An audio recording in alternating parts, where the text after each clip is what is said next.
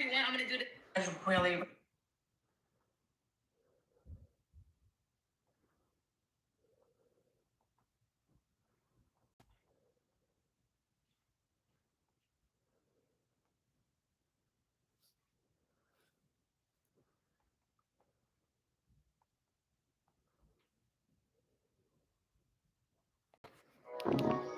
Hey Jaden, what's up? How you doing? Happy Sunday to you.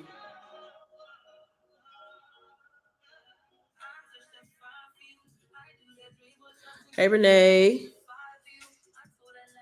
my parents said everything is okay. Everything is okay where they are. Is it rain? Is it like a different kind of rain? Like is it sideways rain? Is it windy? All of my family is okay from what I know. What's up, dear Renee? Hey Kia. Hey Eugene. What's going on? How y'all doing? Happy Sunday, everybody. Hey, truly yours. What's going on? How you doing? What's up, Leo Chick? Hey, Tweety. What's up? What's going on, y'all? How y'all doing? Please give the live a thumbs up on your way in if you could. Okay, just a little windy. Okay, so not it's not nothing too extreme right now. What's up, Tony? Hey, Amari. It's raining. It's just raining in the IE. Okay, I'm doing marvelous and happy Sunday to you. Hey, Alexa. I'm doing really good. Hey, Erica. What's going on? How y'all doing, y'all? I got some rosé. I went to the store earlier. I went to Target. I went to Kroger. Just like getting myself ready for the week. Picked up some things. My parents gonna be here on Tuesday. So getting ready for that.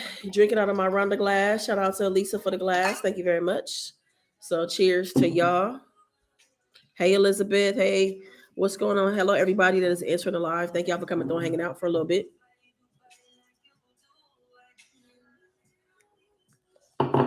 How y'all weekend been? My weekend has been pretty chill. I'm having a glass of red sangria. That sounds good. Do you have like a favorite type of sangria? I haven't ordered sangria like when I've been out and about in a while. There used to be this thing called the do over. If anybody in LA is familiar with the do over, I mean, I think they have it like a different like states and countries too. But I think it started in LA. But whatever. The do over, they used to have these carafes of sangria. Man, that was some of the best sangria that I ever had. What's up, Ice Therapy? I like Yellowtail. Yellowtail makes really good wine. Hey Chantel, what's going on? How y'all doing? Y'all, I got these questions here. We're playing a game. Let's get deep. This is the Friends edition, so I'm gonna get to know y'all a little bit better. I like white sangria rather than red, but I can do both. I think. Do I like white? I do. I like white too. I like them the same. Hey Rhonda, how are things going? What's up, Constance? I'm doing very well. How are you? What's up, Rika? Hey Maria. Hey Kiera. What's up, Tasha? Well, hey, did I say hi? Hi Maria. Did I say that already? The white one is a little too sweet for me. I just watched a video of you and Tasha Steph loving seeing y'all together. Thank you for watching. I just recorded a video before I went live. I had some Chipotle. I tell y'all in the video, but I like didn't really record that much last week because I thought I had a cold, but it's really allergies, and I've never had allergies before, so just trying to sort out the difference. And I've just been like super congested. But it like the onset of it, it felt like I was catching a cold, but then it felt very different after that. Rhonda, you ain't have no snap on these on those seasons like I didn't have to snap on the seasons like that. Man, y'all, that was going in. Y'all was going in. Welcome to the Midwest. That is, I knew it was coming. I knew it was gonna come. The allergies, they're here now. So I got my medicine and stuff together. Because at first I was taking cold medicine. But yeah, thank you to everybody that supported the business and supported the seasonings. I'll be back before. I'll be back. I should be back by the holidays. Get everybody restocked so y'all can have everything you need for the holidays with you and your family. Hey Marquita, I'm not doing great today. What's wrong? Cheers to y'all. Thank you. I feel a lot better. That congestion was kicking my ass though. It was. But I knew it wasn't a cold because it didn't like my body, it didn't feel like a cold. You know what I mean?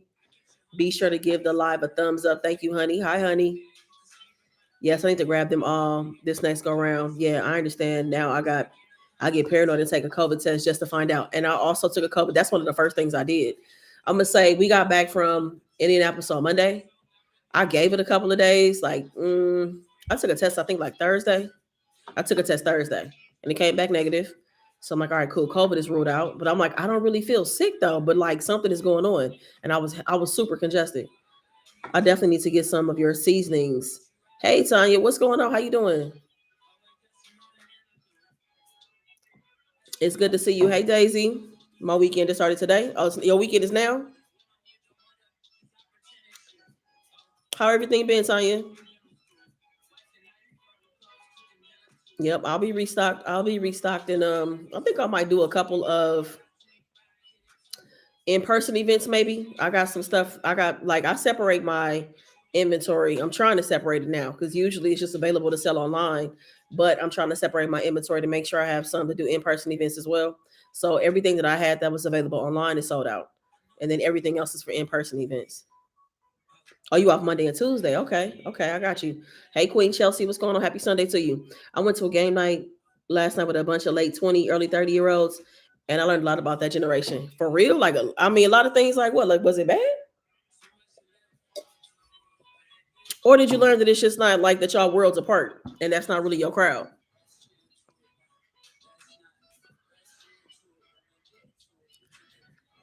What's up, Tinka Tink? What's going on? Happy Sunday to you. I'm trying to think. I can't even remember the last time I went to. I'm trying to think the last time I went to a club. And most of my game nights, and I love a game night, but mostly everything in my game night is either with my family or people around my age, like my friends. What's up, A Woo? Happy Sunday to you. Please get a live a thumbs up if you haven't done so already. I'm about to ask y'all some questions in a second if y'all ready for some questions. I'm drinking rose, y'all. Dark Horse rose. This was on sale, $7.99. I like Dark Horse. I like rose too. Rose always reminds me Sunday fun day. I hate clubs. I love a good stay at the crib vibe. I do. So I love like a day party, but it's still kind of like chill, like an R&B day party. I love that. Love a game night. I live for a game night or like karaoke at the house. Like I love stuff like that. I'm 50. I went with my daughter who's 29. It was interesting yet fun. They just wild. I mean, I was wild too when I was in my 20s. I was very wild. Just free, just didn't have a care in the world. So, I can't judge because I mean, I was wild at 20 and 30, in my 30s too. And I still know how to have a good time. It's just a different kind of fun now. I was wild as hell. I was wild. I'm very surprised I never ended up arrested. I'm very surprised I never ended up in jail, honestly. And not that I was out doing criminal activities, but like sometimes I would be at the wrong place at the wrong time and we just never got caught up in nothing. You know what I'm saying? Like it was never me initiating the things that were going on. I was just around. I was in the proximity of things that were happening. You know what I'm saying? So what's up, Sarisa? What's up, Ice Therapy? Rhonda, what did you have for Sunday? I had Chipotle. I didn't cook nothing. I had nothing special. Hey, Tamika, been hanging in there. I was diagnosed with lupus. I've been learning about my diet and how it affects my health. I'm spreading awareness to my fam and others. I love that. Anything you ever want to share on here, please, by all means, share. Or if there's anything you want to pass along to me that you want me to share, I would love to be able to share that with somebody because maybe somebody else is going through that or may experience it down the line or have a family member going through that. Hey, Teresa. I got my seasonings using them like crazy. So good. And I appreciate the quick delivery. Man, y'all know who the plug is. The plug is Pirate Ship. If you have a business where you're shipping out products, Pirate Ship is the plug because they give you priority labels and stuff gets out very, very quick. I have fried chicken and fried chicken, fries, and a side salad. That sounds good. What kind of dressing? I turned into see with the mute. I turned into the what is this music person? I swear I never would.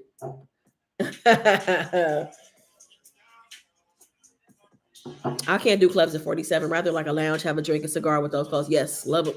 We live for a cigar lounge. Honey, we should go get a cigar. I wonder what time they close today. Let me see.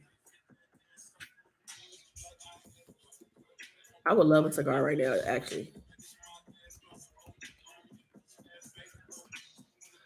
What time they close? They close today?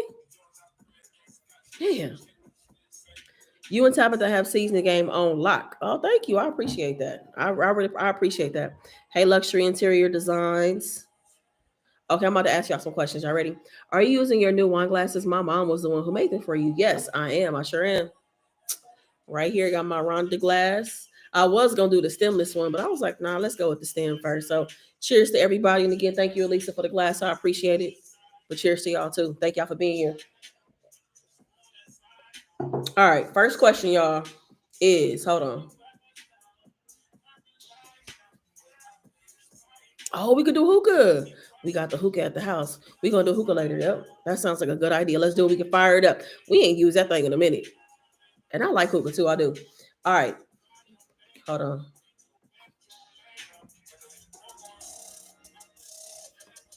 All right. What important life lessons have you learned from being single? What are important life lessons that you have learned from being single? Anybody that wants to share? I'm gonna share. I'm gonna answer everything too. What important life lessons have you learned from being single? So I feel like one of the first times I ever was really single for an extended period of time when it was in 2019. And I was single for about 9 months, but I worked on myself the entire time. Like as soon as it started until I ended up meeting somebody else. Um, and I feel like I realized that I'm gonna always have myself. Like I never really relied on myself for nothing, you know. I was just looking for all kind of shit in other people, but I realized how much I wasn't nurturing the relationship of myself, but that I'm gonna always have myself, you know. Learn to love myself. Self forgiveness. That's a good one. I was single for a reason. Learn to be comfortable being alone and having a dry phone. Okay, self love. It feels good to be at peace by yourself. Yes, you ain't got nobody out here doing too much. Nobody out here that's spreading your information. Nobody out here gossiping about you, being messy. Because sometimes the person that you with can be the messiest person in your life. Unfortunately, stability, self awareness, better sense of time management. I love that. So since I've been single almost 6 years now, I have worked on my patience and how much you love yourself. Saying, yeah, you find a lot when you work on when you with yourself.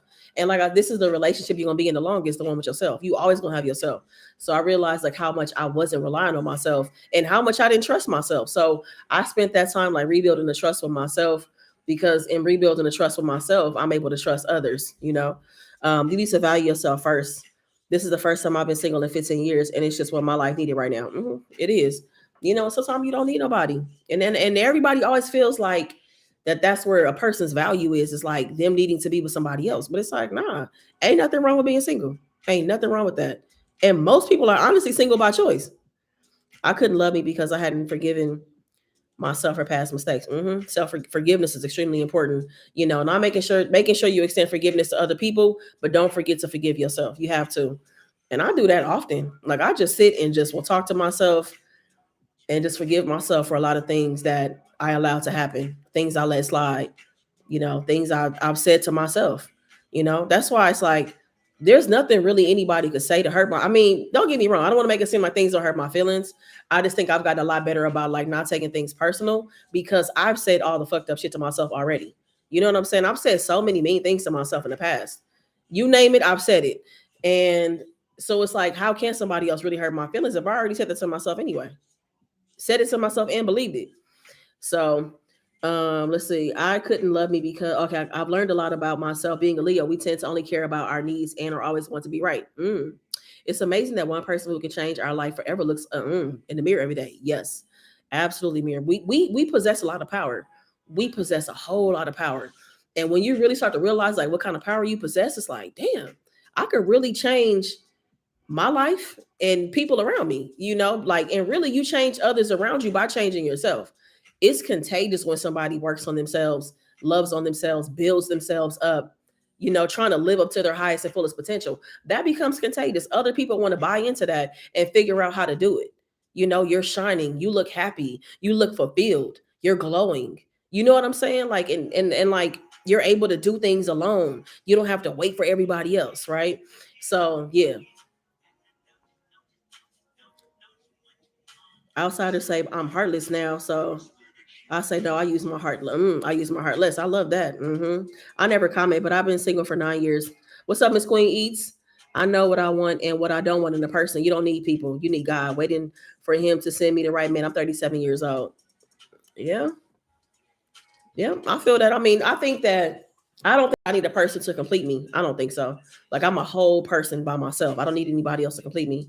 I do think that I need people in the form of like my friends and my family, though. I do believe that I need people. I think we all need people. Um, to have outlets, to have conversations, to have just a genuine connection with other people. You know what I'm saying?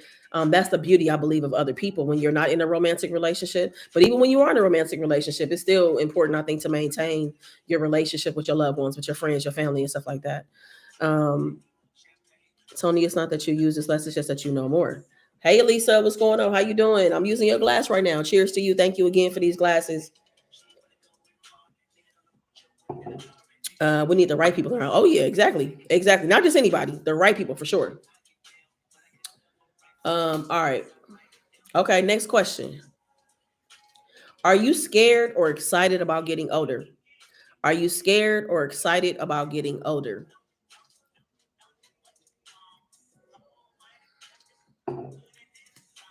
Are you scared or excited about getting older? I think I'm more excited than scared. I'm not gonna lie though. I think maybe once I hit a certain age, I'm gonna start feeling like I'm running out of time. That may start to like make me nervous a little bit. But right now, I feel very content being 42 years old, being like at the middle stage of my life. Um, I'm excited about how I'll continue to change. Like I'm gonna be 50 in less than 8 years, like 7 years and some change. I'll be 50, right? And it's like I really wonder how I'll be as a person. This ain't my question, but I'm excited. I'm excited. I'm older and I'm happy to be here. Good. Okay. Excited. I'm not stupid anymore. What's up, amazing star? I'm a mix of both right now. Okay. I love getting older and I say how old and every chance I get. Live your best life like you're young. Cause I wouldn't have dated the 20-year-old me. Me either. 20-year-old me wasn't worth dating at all.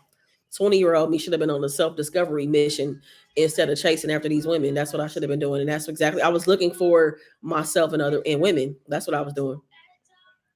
Age increases, but youth ain't going nowhere. More excited than scared. But I definitely understand the fear. Yeah, I feel like once I hit like, I don't know, like 75, 80, I'm probably gonna feel like, damn, you know?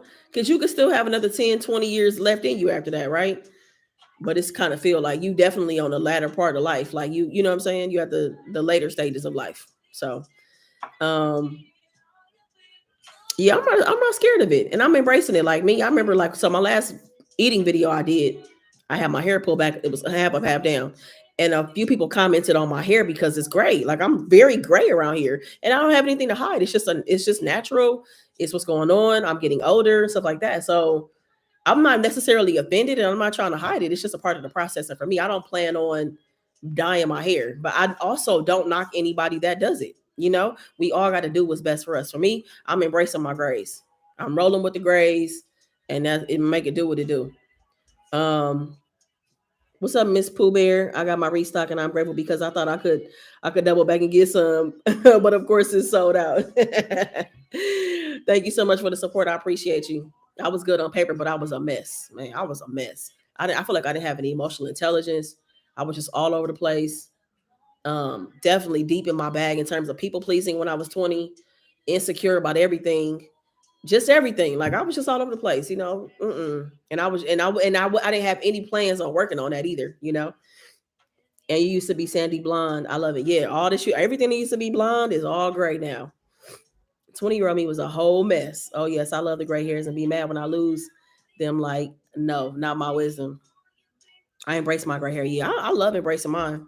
I don't think I'm scared or excited. I'm just ready to see what life has to store for the rest of my years on earth. Me too. I'm just excited about what I'm gonna get into. Like, what if I become like a farmer? Like, what if I start farming? Like, I get into agriculture in my 50s. Like, what if I become a lawyer? What if I get into interior design? Like anything can happen, and I'm here for it.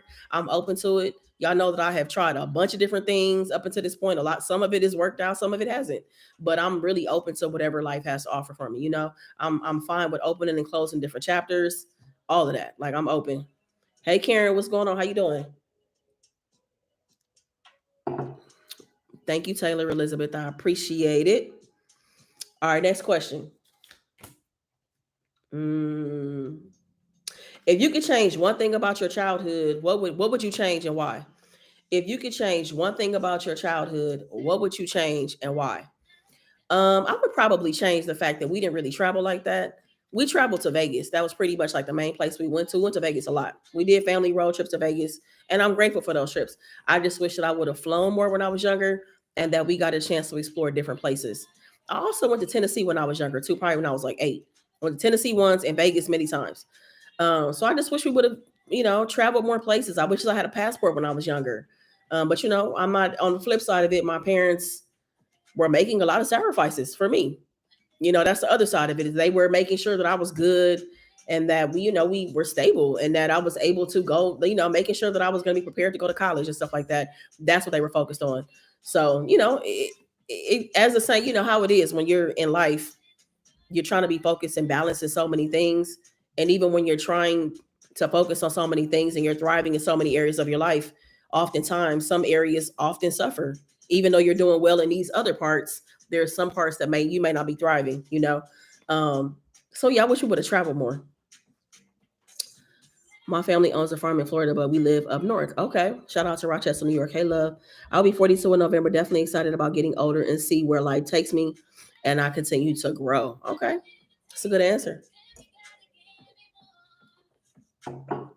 All right. Okay. Hold on. I'll save that. I wish I applied myself more in school. I wouldn't change anything, but I do wish therapy was a thing when I was growing up, because it would have. It was tab. That's a good one too. I wish therapy was a thing too. Yeah. My dad. I just wish he was around more. Yeah. I hear that. I hear that, and I feel you on the therapy thing too, because I kind of just would like. I used to be really shy. I don't know. I wish I just wasn't. I didn't spend so much of my life being shy. I didn't really break out of my shyness until I was like, I don't know, like a sophomore in high school. It's never too late to go back to school. Um, Chakra.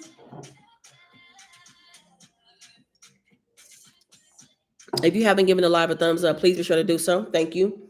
Do you feel that you work too hard, you don't work enough, or have a good balance? Do you think that you work too hard, that you don't work enough, or that you have a good balance? Do you feel that you work too hard, that you might not work enough, or that you have a pretty good balance? She's at home. She's in the live. Honey is at home. I'm probably gonna go over there later. I wish I didn't physically fight my older sister daily because me to an angry, it turned into an angry teen. Oh, I don't work enough. Okay. Yeah, but when you never really liked it and be 44 in 1 month. Hey Paula, what's going on? How you doing? Happy Sunday. So you feel like you don't work enough. I feel like I used to be a person that didn't work enough. I don't know what I was doing. I don't know. I was zoned out in a couple of areas of my life. But I feel like now, I think that once I snapped out of like, once I really got in tune with what I feel like my purpose was, I feel like I was working hard. I feel like I was working pretty hard. I was. And now I feel like I have a pretty good balance. I think I have a good balance. I'm not afraid to take a break. I'm okay with taking a break. I redefine consistency. I recognize that consistency is not about doing something every single day. It is doing that particular thing regularly. So once I redefined consistency, it really helped me a lot and freed me to have more balance in my life. So I have really good balance in my life. I think I work too much and I need a break. So Tony, why do you okay, because I do feel like that some people, including myself, like the moments when I was going hard, that it's associated with like trauma, associated maybe with some childhood trauma, or maybe feeling like you weren't enough when like maybe somebody told you you weren't enough, or maybe you weren't acknowledged enough or whatever. Because I think that sometimes that's associated with trauma. I work too hard, 16 hours, 7 days a week. 17. Come on now, Erica. When the last time you took a break? I work too damn hard. 14 to 13, 14 to 32, and now 30. I don't work enough. And maybe you just feel like you're taking a break from all that time you was going hard, right? I think I live a very balanced life. I really work on trying to minimize my stress. I think I have a good balance of alone time, time with my partner, time for my creativity, time to sleep, time to do leisure things. You know what I'm saying? Like I feel like I have a really good balance in my life. Your jalapeno garlic pepper season is so good. Sorry, I got off topic. It's okay. Thank you. I appreciate you for supporting me. Thank you. And I'm glad that you're enjoying the jalapeno garlic pepper. I think the jalapeno garlic pepper, I would say, is a crowd favorite. I was running some reports the other day, just seeing how everything was performing, and the jalapeno garlic pepper is, people love it. People love it a lot.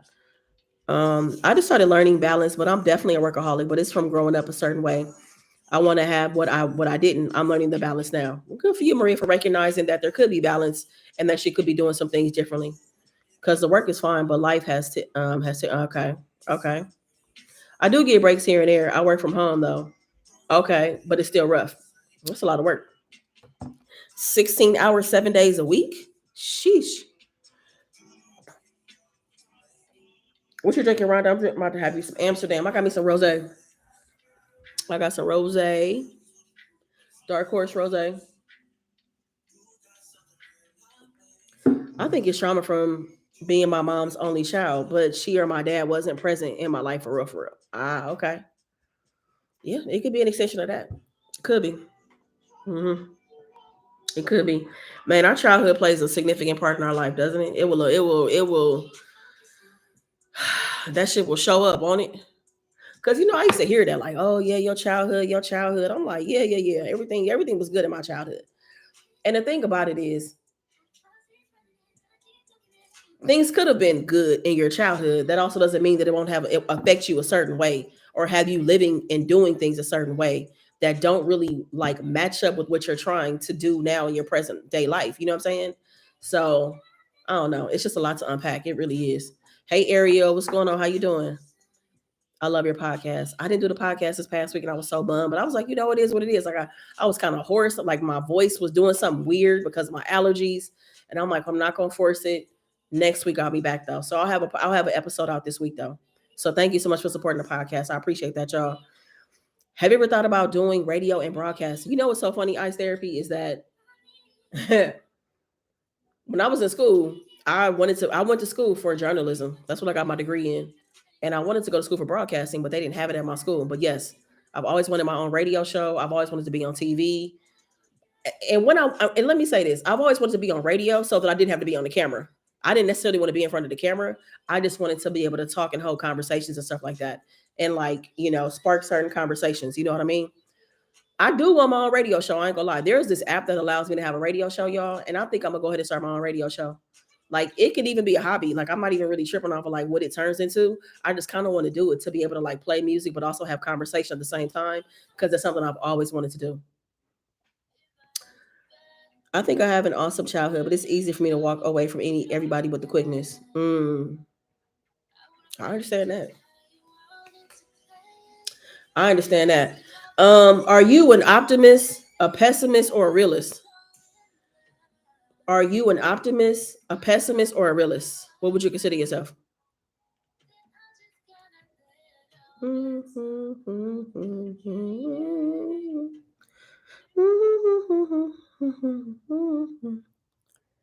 It's over. I was just getting into it.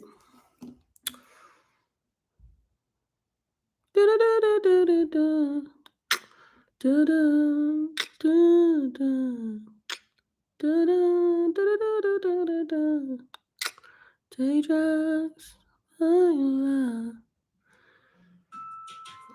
You're a realist, but it makes me a pessimist. Hey, Rhonda in chat. Journalism is definitely you. You're great at speaking and you're open, which is appreciated. Thank you, Stephanie. I appreciate that.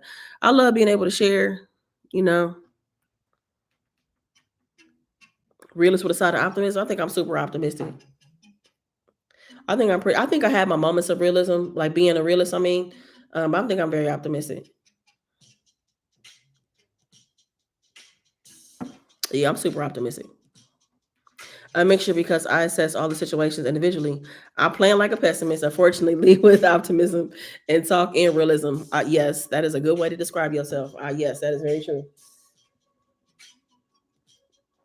I'm always optimistic, y'all. And honestly, my optimism, I don't even feel disappointed when certain things don't work out a certain way. I just see the lesson that I'm supposed to take for it and I just move on. Like I don't get wrapped up in it like that, I don't think. You know what I mean? So um I'm an optimist, delusional.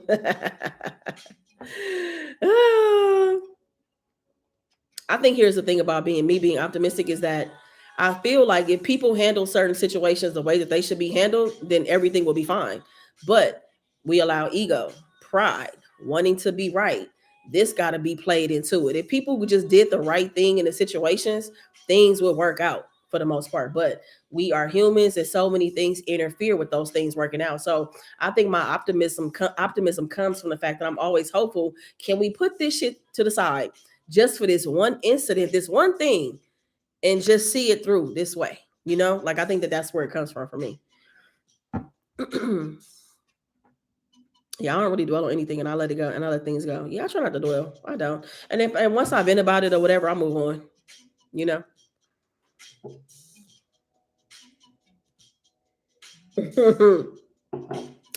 So, babe, you think I'm delusional? You think I'm a delusional person? I mean, because you hear me talking about stuff all the time. I'm just always hopeful. I don't know, like I always be seeing things work out. I just see things working out for the best, always. Hey, Erica. Hey, Hosea, what's going on? How you doing? Happy Sunday, y'all. Give the live a thumbs up if you haven't done so already. I appreciate y'all coming to hang out.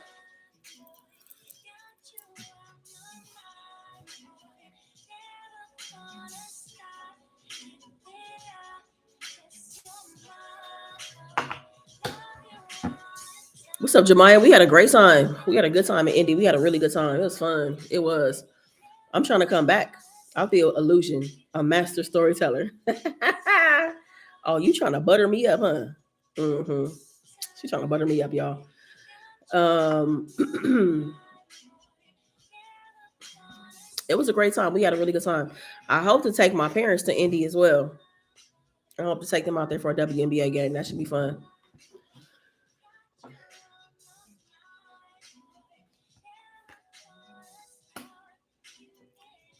All right. What is the best compliment that you've ever received? What is the best compliment that you have ever received, y'all? This is time for y'all to go ahead and say it. Like, don't be modest. What is the best compliment that you've ever received? And I hope that you received the compliment well. I used to have a really hard time accepting compliments. I feel like I still struggle a little bit, but I've been working on it. So, what is the best compliment that you have ever received? The best compliment I've ever received is that I have good energy. I mean, that's one of the best compliments I've ever had, was that I have good energy and that I'm easy to be around. I like that because if in that, I feel like that when I want to go out and meet people and try new things, it makes it a lot easier for me. So, what's the best compliment that you've ever received, y'all? Twerks down the chat. I'm caring and nurturing. Had to get used to that. Okay. What's up, Haz? What's going on? How you doing? Happy Sunday to you. My hugs are very genuine. That's a good one. I love a good hug. I love a good hug. I think my friend Candy gives some of the best hugs ever. I had one of my guests tell me yesterday I was the only person he trusts in the casino. Damn, that's a good one. What's up, Sand Beach? What's going on? Happy Sunday to you. A combination of all three. Hey, Tasha. Tasha, you said a combination of all three. A lot of people tell me that I have a beautiful smile and don't ever lose it. That's a good one too. I'm a good mother and grandma. That's a great compliment. My grandmother told me about my hugs. Okay, that's a good one. Yeah, I would say, yeah, that I have good energy. I think that's one of my favorite compliments. A unicorn, beautiful spirit. Hmm. Yes, you are a unicorn, a beautiful spirit, a deep thinker, consistent, very consistent person. Hey, Monica, what's going on? How you doing? Been told I was good looking and smart. Okay, those are good ones too. My cousin told me my personality was awesome. What's up, Wanda? What's going on? How you doing? Happy Sunday to you. That I'm a great mother. That's a good one. That I was cool as a cucumber customer by a clerk at my regular store. It was sweet. That's sweet. I had a hard time accepting compliments. I've always been told I have a beautiful spirit and a good person at heart. And that's like that feels good. That's like to hear that though, right? That feels good to hear that. Because I feel like I'm pretty intentional about being a pretty good person. Like I really want to be a good person. So for someone that doesn't know me or hasn't been around me a long period of time to be like, you have really good energy, I'm like, that really means a lot to me. That my commitment to being a good person shows. and that you could feel it, you know. What's up, Tom? What's going on? How you doing? Happy Sunday. Also, one of my favorite compliments too, y'all got to do it. My people tell me, I've heard this a few times, that my parents did a good job raising me. I love that. I love hearing that because it's like I think my parents did good. They did good. You know, were my parents perfect? Of course not. You know, they knew what they knew, and with what they knew, they did what they could. You know, and I appreciate that. I love when people say that too.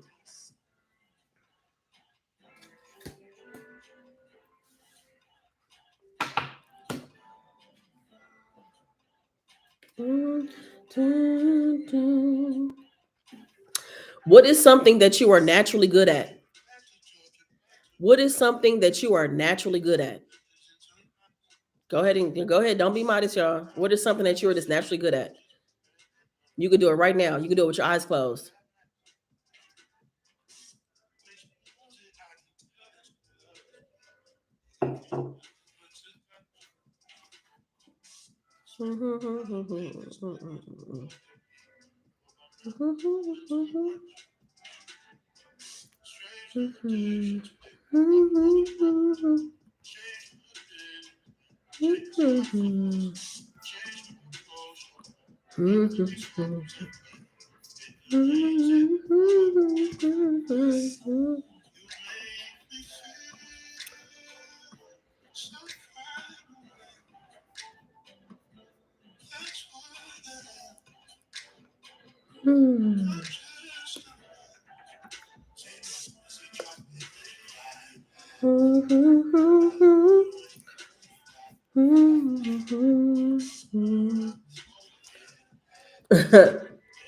What's something you're naturally good at is being too nice? Do you think you get taken advantage of being a nice person? Like being too nice to people? I used to. I used to get taken advantage of. I have a good heart, but I love giving. I love giving and receiving. Semen work. Okay. Really? Something that I'm naturally good at? I mean, it took some work, but I would say storytelling. I think I'm good at storytelling now. Um, I think I'm really being empathetic. You know, like I'm really good at just being empathetic about a situation. Like I feel like I could help a person or be what they need. I could be the person that could just listen. I could be the person if you need to hear comforting words, I can give you comforting words as well. I'm really good at being empathetic, I think. Cooking, okay? I used to be that person. I have a good heart. My daughter's luxurious interior designs won't say it, making a room or house beautiful. Okay. She's really good at that. It's hard, but it's how I am. But I have boundaries. Well, that's good. That's important. When you're a nice person, you gotta have boundaries. You have to. Otherwise, you know people are gonna try it for sure.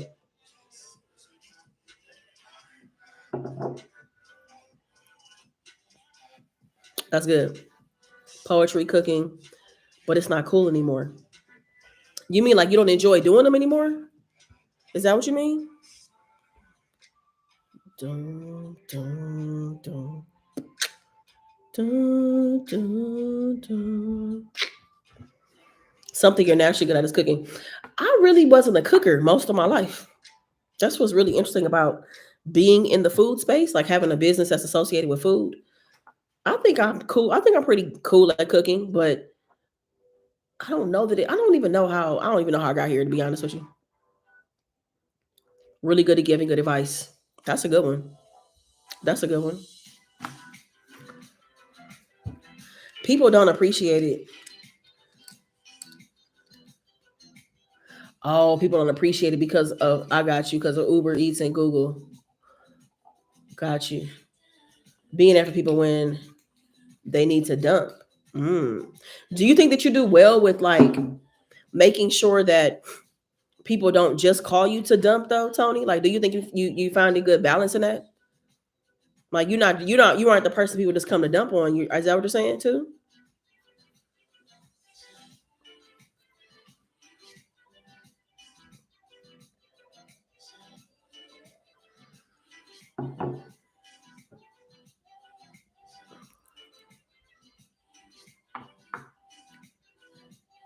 Mhm, good advice. I need you in my life.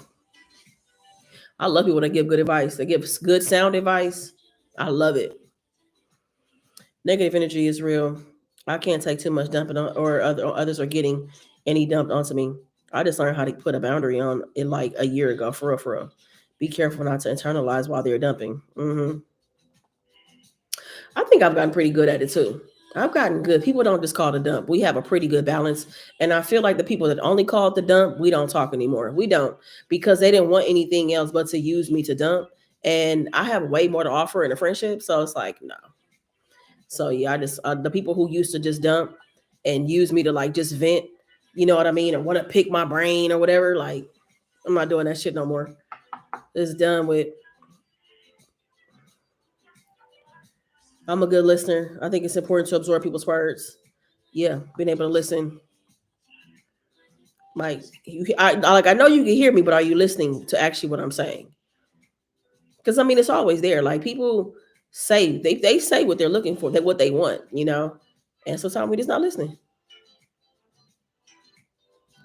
My mother only calls to dump to pass the time while she's driving. Do y'all don't talk any other time besides that, Alice? I don't even talk to anyone on the phone anymore because I was over being the dump. I enjoy helping others who need that quick pickup. Love to uplift. Okay. I don't mind being there for other people. I just don't want it to be one sided though. I don't, you know what I'm saying? Like, there's nothing worse than realizing, like, I only hear from her when this is going on. I only hear from him when this is going on, or whatever. That don't feel good. That does not feel good at all. I like my relationships to have reciprocity. I like them to be a two-way street, not a one-way street. I think the relationship should be beneficial to everybody involved. Um, there should be some give and some take. Yeah. Hey, Paula. No, we see each other too at events. Okay, so y'all see each other as well. What's up? She is Coke. Oh, can we speak more about getting dumped on and how to navigate that with loved ones and boundaries? Yeah, we could talk about it more. I mean, what struggles do you have with it? Are people currently dumping on you? Like, do they not check on your well-being, or just, have regular, just general conversations with you to see how what you got going on, what you up to, what you working on, how you're feeling, how's your day going, how's work, whatever. Like, do they not check in and it's just solely dumping? What's up, Angel Gemini? Hey, Monique, what's going on? How you doing? They dumped, but when I needed to vent, they weren't there for me. Yeah, seriously, because I hate that. Just co-sign when I say stuff. It's like, where's the help? I can look in the mirror and talk and agree with it. Right. I need some input. Exactly. hmm And don't get me wrong. There are some times when you just want to talk to somebody and get it off your chest. I feel that, but it's like, I'm calling you for a reason. I trust you. I value your opinion. Like, because think about it too. It's also trying to find the right people that are willing to listen to you and give you advice, because people have a hard time giving their undivided attention. There are so many things that can distract us. So many things are available. People are scrolling while they're talking to you. So they, oh, mm, ain't heard shit you said. So at the end of it, and then you're like, so what do you think? I'm sorry. What was the last part? What'd you say? Right. So it's like, now not only do we have to find the right person, you got to find the right person that can give you their undivided attention and is interested in you enough and your well-being to listen to what you're talking about. Hey, Darlene, what's going on? How you doing? Well, we're going through some things in California right now with this hurricane, so I'm going to leave now. Stay blessed. Bye, Elisa.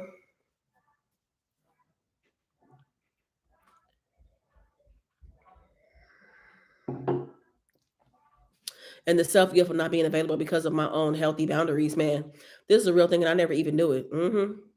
You can't be. I think the biggest thing is like, when I check in with myself and I started like implementing boundaries.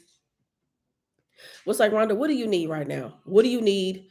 What is going to get you through the week? What do you need to work on? Because I have to keep myself safe. I got to keep myself sane. It's so much just to work on your personal self, just you, just on your own person. It's a lot of things, right? So just checking in and honoring what you need, you definitely shouldn't feel bad for that. And I feel like anybody that loves you is going to respect that. Like, even when I was living at home, one of the boundaries I implemented was I would put like these little pink stickies on my door. I tell mom and dad, if the pink sticky is on my door, I'm not available. I'm not. Like, it'd have to be an emergency for you to come knock on the door, and my parents just respected it. It's like, oh, okay, like, all right, cool. Like, I'll just wait until you come out of your room or when you're done or whatever. It's like whatever you got going on, it's gonna have to wait because I'm prioritizing something. I have a deadline. I'm in the zone. I'm meditating or whatever I have going on, and like I deserve to have uninterrupted time to get these things done. So I just realized it was very important to me to see things through. Whether it be meditation or writing something, it was important to see that through. And I'm like, what do I need in order to get my meditation done? I need to have a boundary in place to make sure turning my ringer off so that my text messages would not interrupt. And if somebody did call me, it wouldn't interrupt it. And then, like I said, put in that boundary of like my sticky note is outside my door. I'm not gonna feel guilty for taking time out to work on my mental health or to get my day started the way that I really need to. Because I'm a great listener, they'll make my issues into turn it into them, turns to them talking about themselves. Damn. Hey Monique. I have friends who I've had for 50 years and I've learned that I was the one working, maintaining the friendships. I've retired. And it's so interesting when it hits you over the head and you realize what's going on. I'm sorry, but if one of my friends comes to me with a problem that they are having, I'm going to give them my advice on the situation. I feel like I don't want to hold in that energy and feeling of it not. That was great of your parents too, that they respect that. I have them cooking all my life. Self protection is a real thing. I'm a great listener, but I always ask if you want my opinion or a listening ear. Yeah, sometimes people just want you to listen. I mean, yeah, sometimes people just want you to listen. Sometimes they're like, I just got to get this out. Like I know how I want to handle it, but I just got to get this out and just share or whatever. Yeah, sometimes it's like that. Thank you, Monique. The thing about boundaries too, like with your family and your friends, it's hard implementing them, but you got to honor yourself and don't be afraid to revisit your boundaries too. You got to revisit them sometimes. Like sometimes things change, things shift for different reasons. Things are move around or whatever. Um, and you got to adjust those boundaries. Like this boundary ain't even working for me no more. I got to make it. I got to change it up completely. Or you could remove the boundary. You know what I'm saying? Like maybe the boundary is no longer necessary. So it really just depends. What's up with the jerk seasoning? I know it's gonna be bomb. I'm still testing it out. I want to have something out here, something small. So I'm gonna have like a small taste test. I probably will do it like hopefully into September, early October, that I could do a taste test to get it going. Cause I need some folks to taste it before I roll it out. Cause I can't be having something that people don't like. Like I like it, but I still need more people just than other than me and honey to taste it and like it. You know what I'm saying? So it's hot all of a sudden. I did have an air on earlier though. Turn it back on. It seemed late as hell. Oh, I'm hot because of this damn ring light.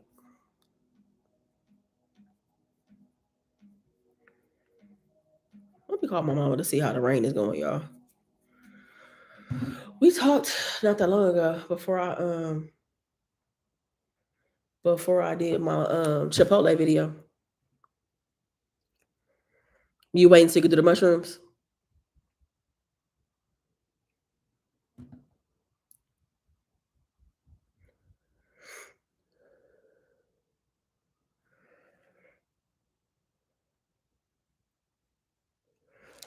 Okay, my mom probably got her phone downstairs. Me upstairs.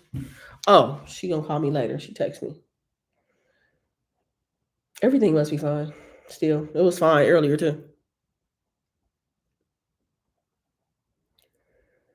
So I want that old thing back.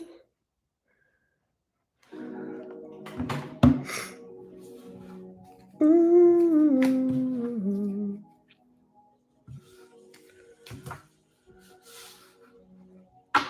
I love the vibe of everyone here. Wish I could catch more lives. Well, I'm glad that you are definitely here. Hi, Trisha. I got another question for you. Okay, hold on, y'all, real quick. Let me check on my parents. Hello. Hey, mom. I'm live right now. I was just calling to check on like everything with the rain and all that stuff. It's not like windy or nothing. Steady. Is it pouring? You you on the live, ma? You having? I'm just telling you. You having a hot flash right now? What you got the air on?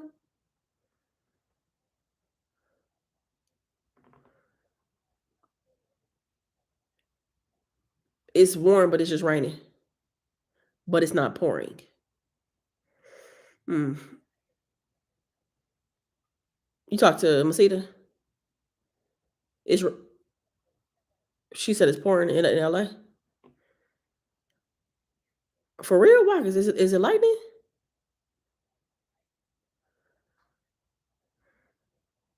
Uh, it's supposed to be some flooding too.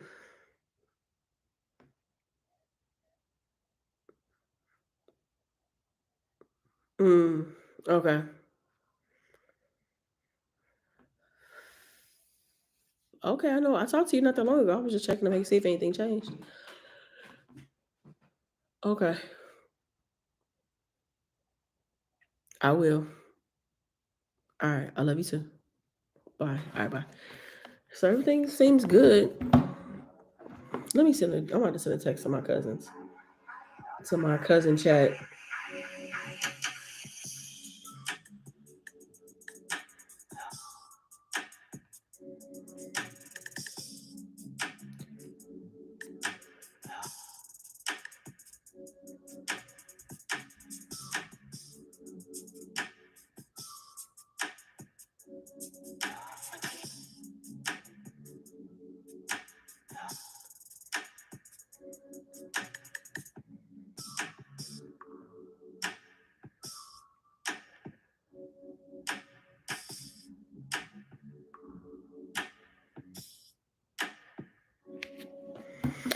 All right. Sorry about that, y'all. Yeah, bad. It's weather. They like said it was like a hurricane coming through California. Wind and like floods and stuff expected. But it seems like for the most part, from what I've seen, I don't know if it's gonna rain harder later. Everybody I've talked to today has been okay. Everything has been fine. It's raining, but it's not like rain that they haven't experienced before.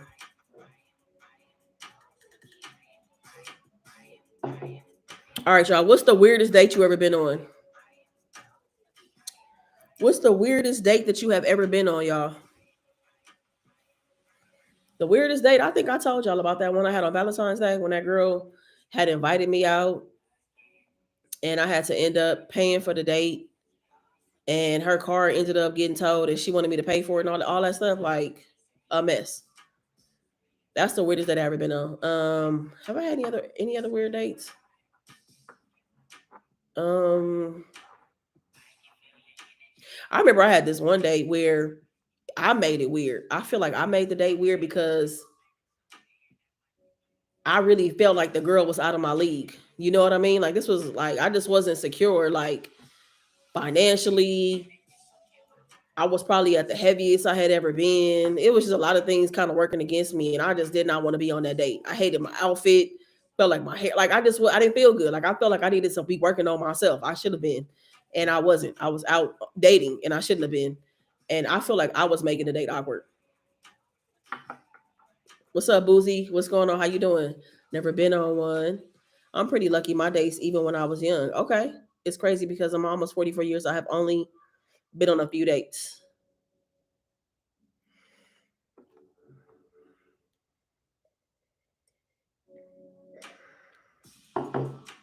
Me and Honey's first date was virtual. We did an Airbnb experience. We had a tequila making. We did a tequila like a cocktail class together. It was fun. It was nice. It was fun. It was a really good time.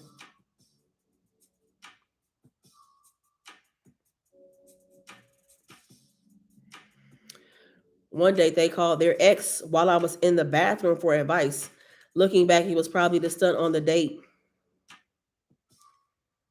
I just took them on. What? You ain't tell me. Did you tell me about that?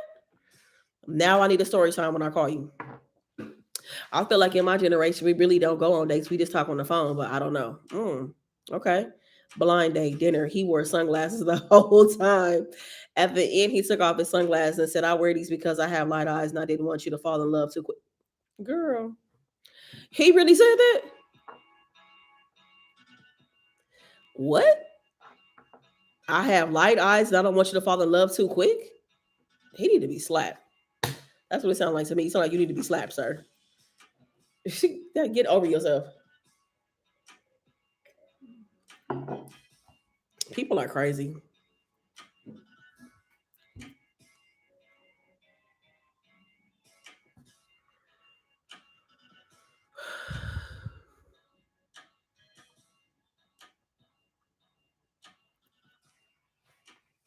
I told him to lose my number.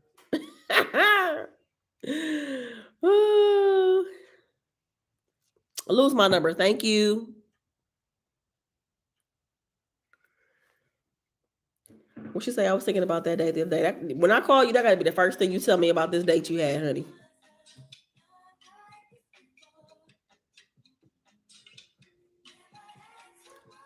To show me love. If you haven't given a live a thumbs up, please be sure to do so, y'all. Yeah, I haven't. I have feel like I haven't been on a whole bunch of dates. I found out my date was a pedophile. Wait, was a pedophile mom knew his family. Oh, your mom knew his family and made a call to his aunt. I heard everything. Second would be when a girl took me out to look out of the city. I'm terrified of heights. What? Damn. What's up, Nolicia? Hey, Rhonda, I have friends. I date when I feel like it. These dudes get on my nerves. They move too much too fast.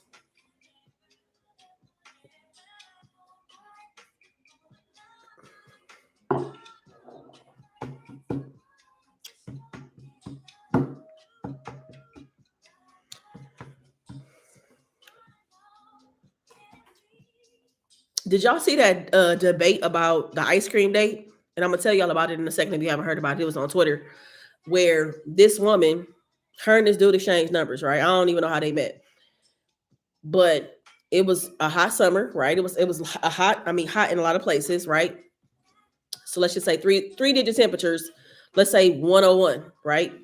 In the week that was coming up.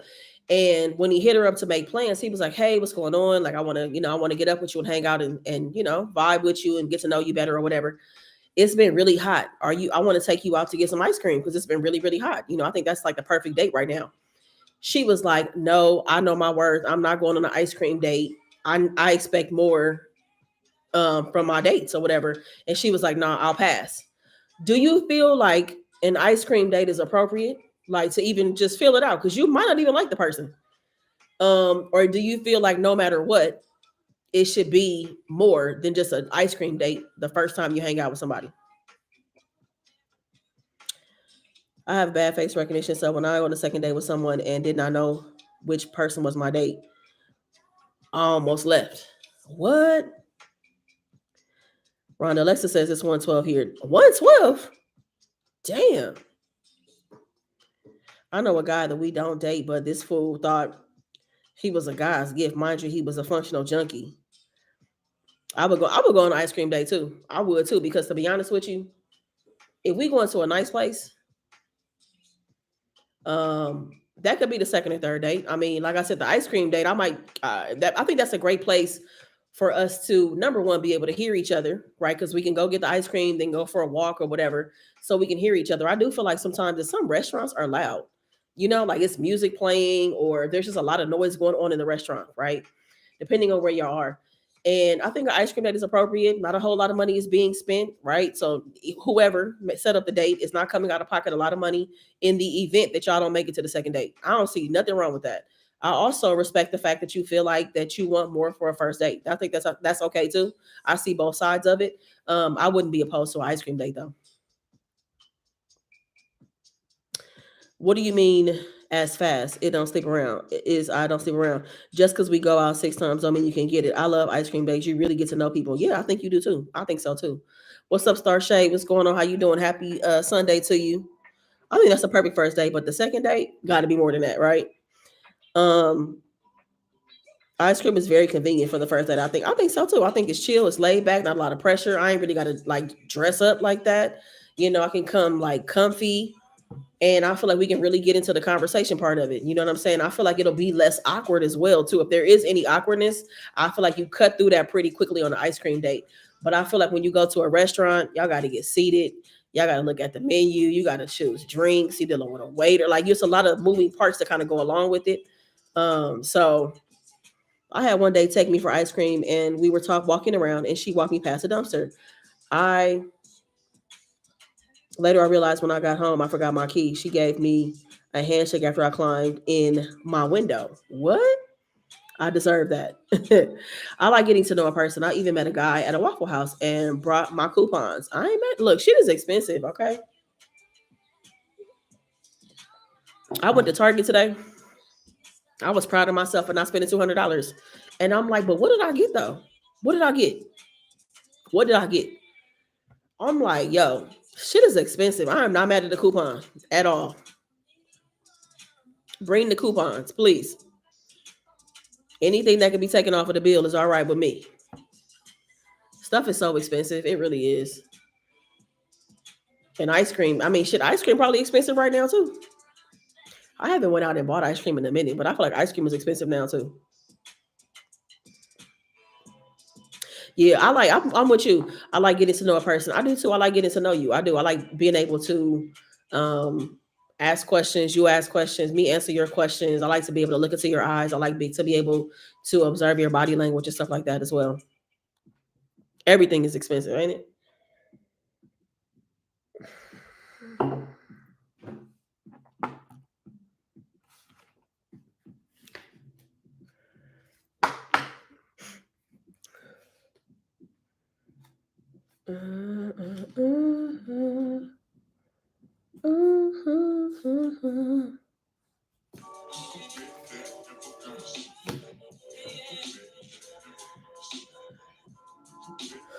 Where is your favorite place to go on a date?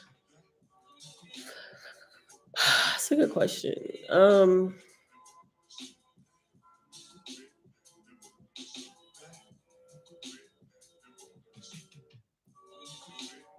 I really enjoy the road trips that lead up to our dates. Honestly, we've taken quite a few road trips so far. I enjoy the road trips. I love when we try new restaurants. So I don't have like a particular restaurant. I enjoy our time at Cooper's Hawk. That's like a regular standing date that we have each month. So we have a membership at Cooper's Hawk, and that's like we decided to get the membership because it would, we want to make sure we continue to date each other, and that's like a guaranteed date each month for us to go wine tasting, and then we'll go and eat. I really like the road trip though. I like the road trip. I love us going to different cigar lounges. That's always a nice date. That's something that we enjoy with each other. And she's really like a cigar enthusiast. So I get to learn a lot. Like I enjoy smoking cigars, but she knows a lot more about them than I do. So we like the zoo. Kidding. I say road trips. Yeah, Cooper Hawk. Yeah, I think the road trip leading up to the date is always nice and fun. The talks there, the music, because we still get to learn each other stuff about each other. I don't know everything about her. She'll know everything about me.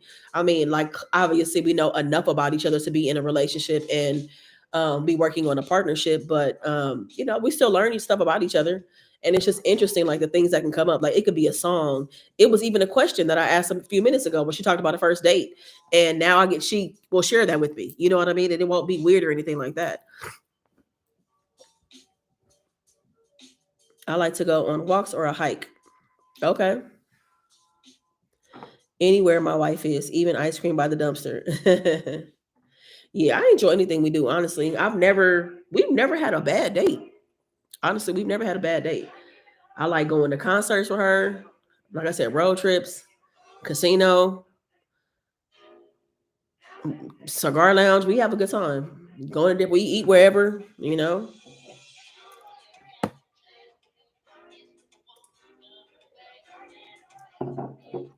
I genuinely enjoy her company.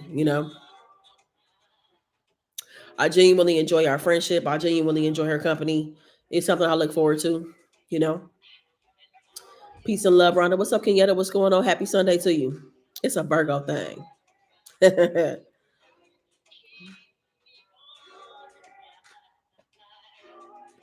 Say what's your price? Say what's your price? Same to you, boo. And mind you, y'all, we see each other all the time.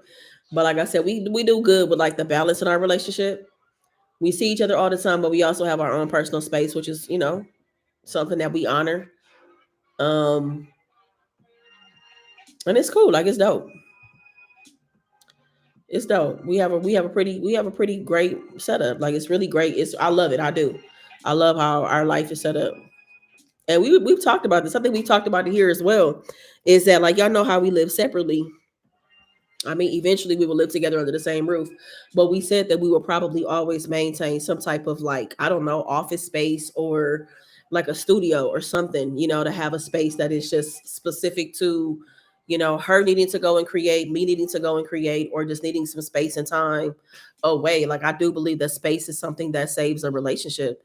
And that's something that we are really intentional about, is having space in our relationship. You know, that's something very important to us.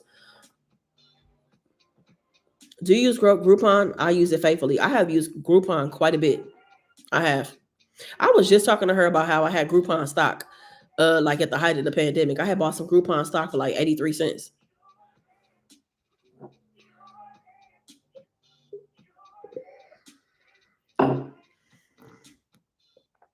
Cheyenne, what's up? What's going on? How you doing? Happy Sunday. I think the worst dates are blind dates. That's why I never went on one. I don't trust other people's opinion of who is good for me. People think I'm crazy, but separate bedrooms are nice. I don't think nothing's wrong with that at all. I don't think anything's wrong with it. I think if it works for people, then it works. I think everybody is always just so wrapped up in trying to make tradition work.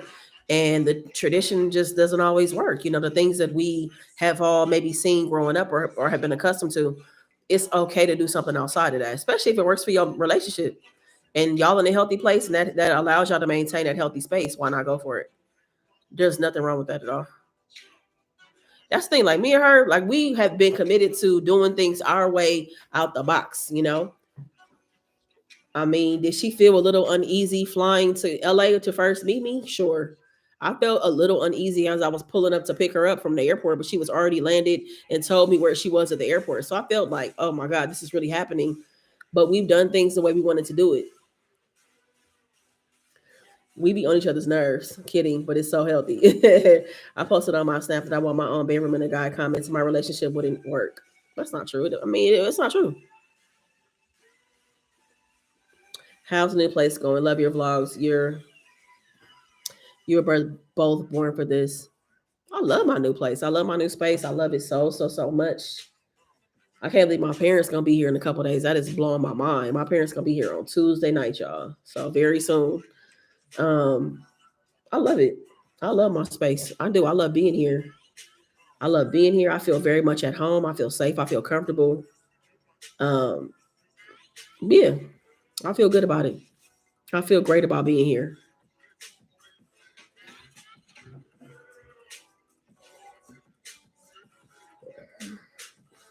Thank you for asking, Cheyenne. Hey Dash, yep, they are. Yep, my dad is coming, mom is coming. They packing, getting their stuff together, getting things together, starting to pack to get out here. They're gonna be here for 2 weeks. I got a lot of stuff planned too, y'all. Like, I just have a bunch of like options. You know what I mean? You have to let life flow. When you get to a certain point, it's more important. Flow is extremely important. Because it's like trying to go against the waves. You know, you're not gonna ever beat the waves that are coming at you. You're not gonna ever beat the water. So it's like you might as well just jump into the flow and allow yourself to float along with it. And of course, life is gonna have its natural ebbs and flows, highs and lows. That's gonna happen all the time, every day. Every single day that happens. But I don't resist. I'm in the flow. I'm definitely in the flow for sure. I'm in the bushes listening while I clean and get ready for work next week. That's what's up. You all had me and my sister looking at Ohio. Seems like nice. You all want to. I mean, wait, where you live at? I know I sent you a package, but I don't remember where I sent it. I can't remember right now. What part of the country are you in? Ohio is a gym. I'm not gonna lie. Ohio is a gym. It is. Oh, you in DC? Yeah, DC is expensive. DC is. I mean, I know people like I'm from California. You get used to paying certain prices and stuff like that, but it's. I mean, it's only a 6 hour drive from here too. It's not far. So being able to get back to your family and friends and stuff wouldn't be hard. So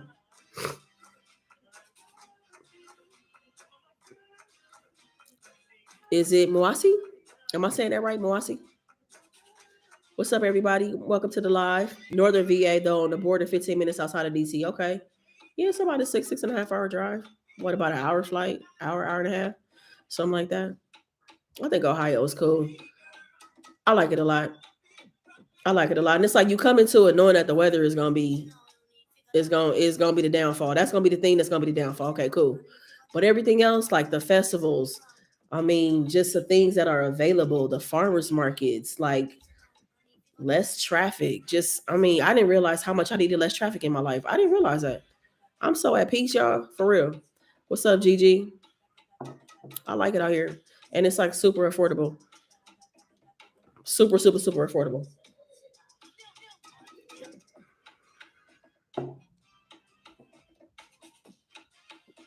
You love your home state. Yeah, but not because okay.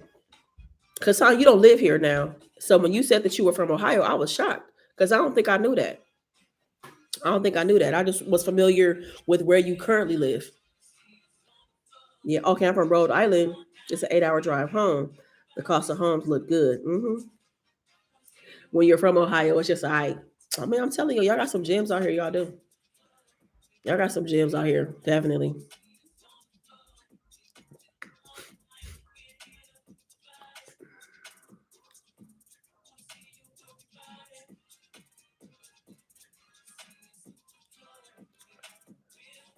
Yeah, Columbus is nice. It's nice out here. I like it a lot. OH. I just changed my I changed my license, y'all, today. My license plates. I changed my plates. I finally got my Ohio driver's license, y'all. I am really an Ohio resident for real. Mm, mm, mm, mm. That's definitely a transition from LA, but oh, the traffic is way better. Way better. Do you think it's fair that I want a dog but my sister doesn't because she is scared of them, but I'm paying half of the rent?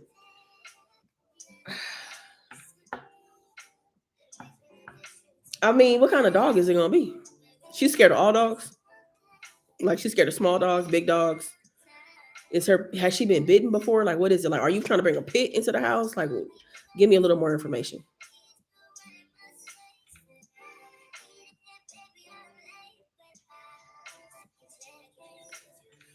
I like the DMV. The DMV is a nice area. It's nice. It's funny. One of my friends was like, "Rhonda, you seem like you would be from the DMV." I'm like, "Really?" She was like, "Yeah, you got DMV vibes." I was like, "No, California baby, born and raised." I like the DMV though. It's nice out there. We gotta replan our trip. Our trip we were supposed to go to Bowie, but we didn't make it because of the weather. So we got to replan our road trip out there. The people are a little too negative, in my opinion. Out here, I haven't met not one negative person for real. Everybody has been so kind. Like even people I feel like I would never interact with, we end up interacting somehow, and they are so kind. Yes, I want a small dog. Nothing crazy for an emotional support. Okay, I feel like if it's a small dog, maybe you can talk to her. Okay, so what are your plans? Are you planning on keeping the dog in your room? Are you gonna have like a little protective slider to like keep the dog out of the common area? Like, what are the plans? Because I do feel like that you have to have a plan because she's somebody that deeply fears dogs, which I used to deeply fear dogs too, small or big. So I wouldn't want to live with one. Um, yeah. So you got to find some kind of common ground. But I think also at the end of the day, if she just isn't able to do it, I don't know. I don't know. How y'all gonna find a compromise? Kind clowns. I'm from Philly. Don't judge me. I want to come to Philly. I want to visit Philly. I know I'm coming to Philly next year for the Roots concert. I know that. I'm from Pittsburgh originally. Erica, Philly is high. No shade. Philly has my heart. You good in my book.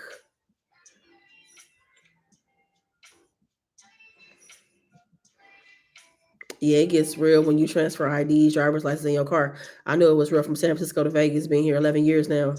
Dang. Do you go back to San Francisco often, Cheyenne? I haven't been to the Bay in a minute. I like it out there so much. Like the vibe is so different than Southern California. So different. It's like being in a different state. I have not been to Virginia Beach, but I want to come now. I have not been, but I definitely want to come. Is that where you are, Gigi? What's the key slang words or new saying in Ohio that caught you? Squad. That's probably the main thing. Squad and pop. So squad meaning referring that when there is an emergency and you need to call 911. They say squad. I'm not used to that. until we were in an emergency situation. Everybody was yelling squad, and I'm like, I don't know what's going on. So squad is different and pop. And I mean, I understood what they were trying to say, but I don't say pop. So the other day I was buying her some ginger ale. I was in Dollar General, and we don't have Dollar Generals either, y'all, in California. So when I saw Dollar General, I was like, "Oh, I want to go inside Dollar General. I've never been before." So I went to get her a ginger ale, and the guy was like, "You want the pop in the bag?" It took me a minute to like. I was like, "What?" And I was like, "Oh, yeah. I'll take the pop in the bag." Because when I went to Tennessee in '89, so I was only 8 at the time, they didn't say pop; they said cold drink. So when I hear pop, it reminds me of cold drink, even though they're two different things. It just reminds me that people say soda differently, if that makes sense. It's definitely pop, man. Soda. All my family is there, so go back often. Okay. I'm in Williamsburg, but VA Beach is where I go for fun. Okay. I want to go to Virginia Beach for sure. Philly has a lot to offer. The roof concerts are amazing. You also have to think of what's good for the dog. It can't be locked up all the time. I agree, but I feel like just you got to find a common ground. If she's gonna be freaked out, and since she's paying half of the rent too, nobody wants to be uncomfortable and freaked out or feel like they got to be in their room all the time. You know what I'm saying? So I don't know. But now may not be a good time for a dog. I don't know. They have everything, good food, all kids, even all kinds of events. It's dope. I think an ice cream date is fun, especially if it suits the weather and you can feel each other out better. What's up, AG? I just want to say soda. But I keep forgetting. Yeah, I say soda, but I mean, I don't know that I'm ever gonna say pop, but when somebody says it, I'll know what they're talking about. I'm trying to think what else somebody might have said to me that I was like, what? I feel like everything else is pretty much the same. But that squash shit threw me off. I'm like, what?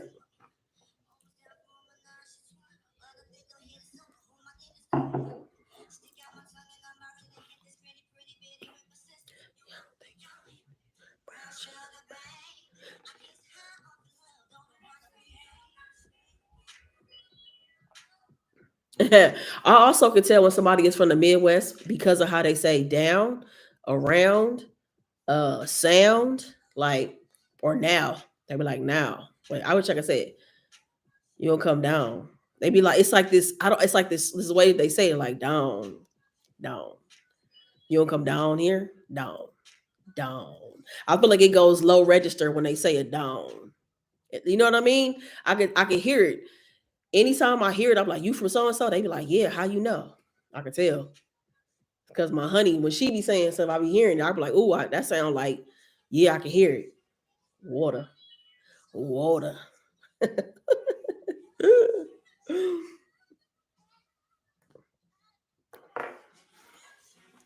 Hey, Rhonda, hope all is well. Just joining the conversation. It's interesting how different places call foods differently. For example, a hero sandwich is called a hoagie. Mm. And what do we call it in California? We just be like, give me a sub, a sandwich.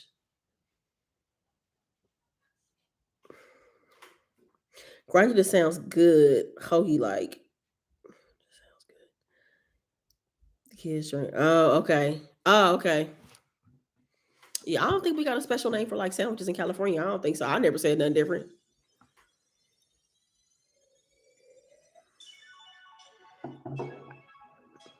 Yeah, I ain't never heard nobody use the word grinder, hoagie, none of that. We be like, you want a sandwich, you want a sub. Mainly sandwich though. Rhode Island says grinders.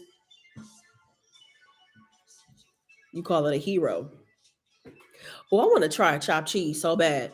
I don't know why I didn't try one when I was in New York. Maybe I should just make one. I want to chop cheese though.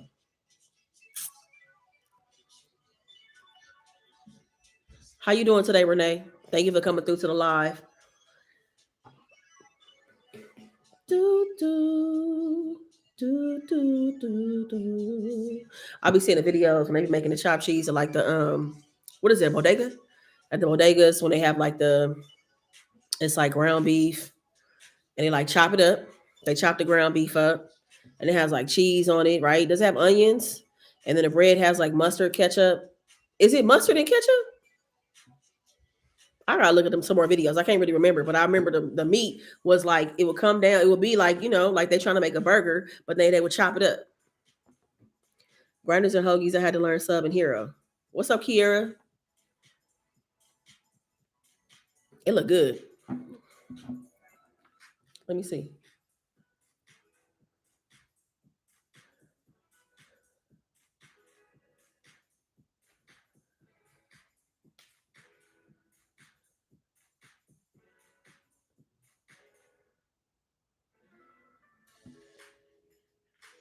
Is this what a chopped cheese look like? Is this right, y'all? Is that what it looks like that? That's the ones I've seen look similar to this. It look good as hell. Hey, Alicia. Shit, honey is doing great. Hoagies taste different from any other sandwich to me. Really? What's the difference?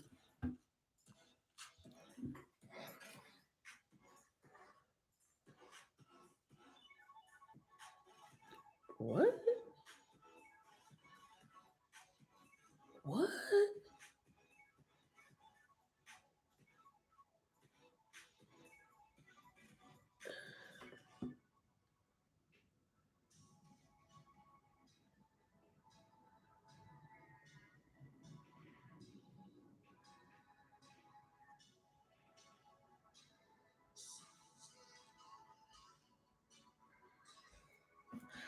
So my cousins, everybody seemed like they doing good. They said it was an earthquake. Did anybody in LA or California for the earthquake?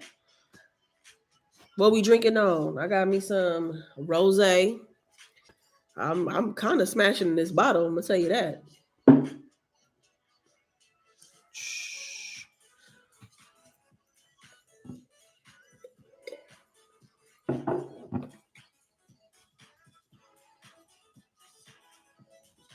What time is it?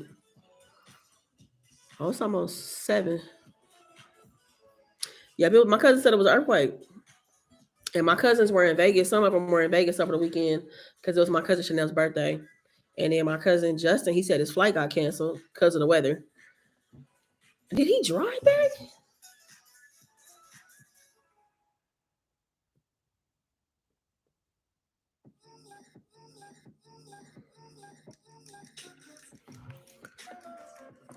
My birthday is tomorrow. I had a good time. We had a good weekend. Happy birthday to you, Kier. What you got? What did you do for your weekend? What you do for your birthday? My honey's birthday is around the corner, y'all. She turning the big 4-0. Honey is joining the new league. She coming into a new era. Well, my parents leave. My parents leave on the 5th, y'all, and we go out of town on the 7th. So it's like a lot going on for the next 3 weeks, which is good. I feel like I'm ending my summer with a bang. I feel like I'm about to have a really good time. Just a bunch of new experiences and making some new memories with some of my favorite people, with my parents, my honey. Lots of pictures, lots of vlogs and stuff coming. I'm gonna bring y'all along for most of it. What's up, Angelique? Yeah, we're flooded. And thunderstorms? Damn, for real? My honey is a Virgo. She sure is. Her birthday is September 10th.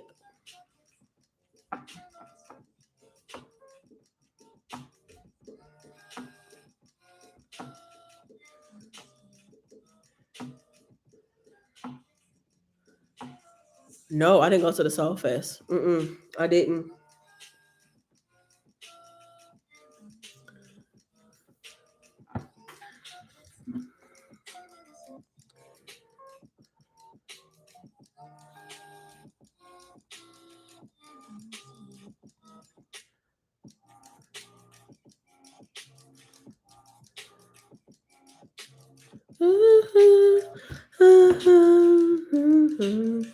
Your birthday is September 11th. It's a lot of Virgos. Virgo 827. Hey, your birthday is right around the corner. What's up, fam? What's going on? How you doing? A lot of Virgos. Adri is a Virgo. Marla is a Virgo. Aaliyah is a Virgo. My mother is 823. I also need to give me some season from you, unless you're all out. I'm all out. I'm sold out now. We going to Miami for her birthday. So my parents are here from the 22nd until September 5th, and we go to Miami from September 7th to the 12th. And then what's going on after that? I think we take a little bit of a break, and then I think that's it for the year. I'm a Virgo. My son is too. I was telling him, I'm like, this year has been lit. It's been an amazing year. Like when I say God is good, just how everything works out, everything I've just been rolling with the flow. I've had a chance to relocate. I'm living in a new city. I got to furnish my place the way that I wanted to, do all the things that I wanted to do. Um, I've had a chance to travel this year. I've been to California to visit home. I've been to Vegas, been to Cincinnati, Indianapolis. We're going to Miami. We've been to Cincinnati. Was that twice this year? No, just once.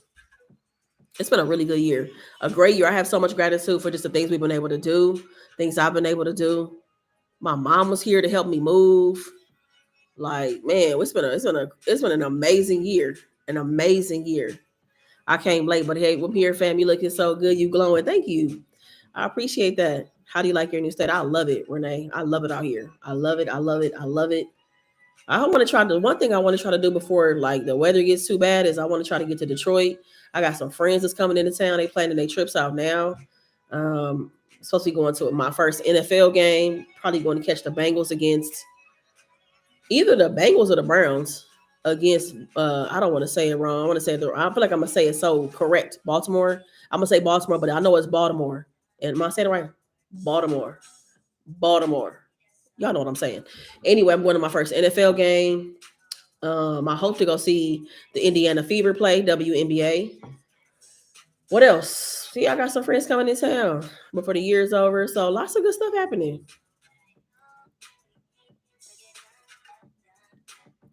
Come on.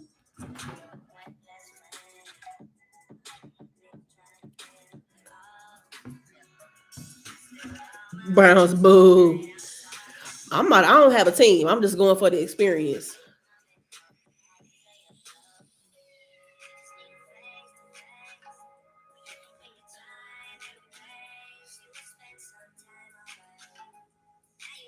I want to hit an Ohio State game as well. Yes. I want to do all that. I want to tailgate, all of that. Everything.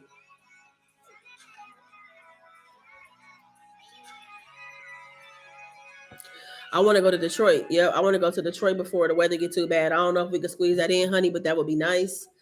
Have you ever had to deal with difficult family members while trying to be on a healing journey? I'm dealing with that now, and I don't think she's taking me serious. Yeah, I have. I've had a hard. The things that have been the challenges when I've had to deal with family is number one, people always view me as like little Rhonda. You get what I'm saying? People really have forgotten that I'm like a full adult living I have an adult experience. I have adult responsibilities, all of that. People see me as little Rhonda, because I'm younger than a lot of people in my family, and maybe not even younger than them by a lot of years. But people think I'm still little Rhonda, and I feel like that has caused conflict in my family where when certain things may come up, I'm like, you're talking to me like I'm 10 and I'm not, and then we have to establish boundaries and have a conversation about certain things. Also too, I think that people just if people have been doing one thing one way for so long, they feel like they can keep on doing it. And then when you step in, like, hey, this does not work for me anymore. I know you've been doing X, Y, and Z for all these years, but that shit stops today. People do have a problem with that. And that really is not my fault that you have a problem with it. You've been getting away with X, Y, and Z. I've allowed it up until this point, and as of today, it stops. And if they can't respect that, because if you don't respect that, you don't respect me, as far as I'm concerned. And I know it can come off mean, but it's not mean. It's just you simply honoring yourself and your needs. You know what I'm saying? What I need today isn't even what I needed a year ago. So yeah, things are going to change. And the best thing I think about implementing your boundaries and standing up to your family is that you really do show people that you mean business, because what ends up happening is the dynamic of that relationship will eventually change if they can't take you serious. All right, cool. You think I'm fucking around? Cool. Call me and see what happens. Pop up at my house and see what happens. Go to the event and look for me and see if I can, like you have to make the adjustments to honor yourself all the way around. And sometimes it looks like showing up sometimes or not showing up at all.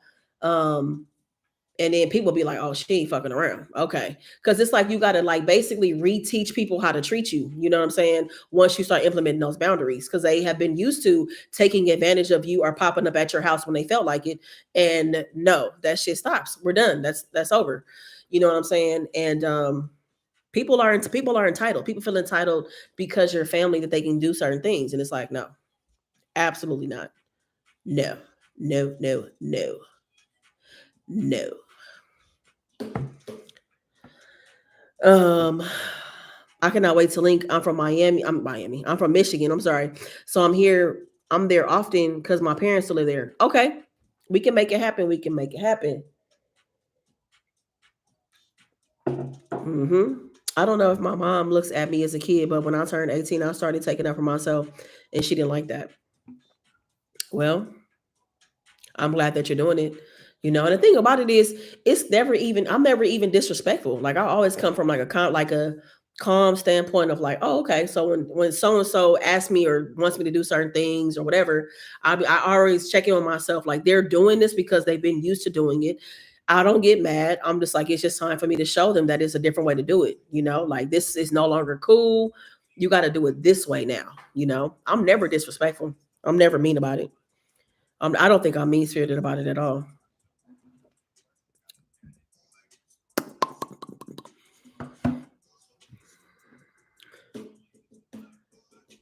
When you send up for yourself, people are so offended because you messing up their access.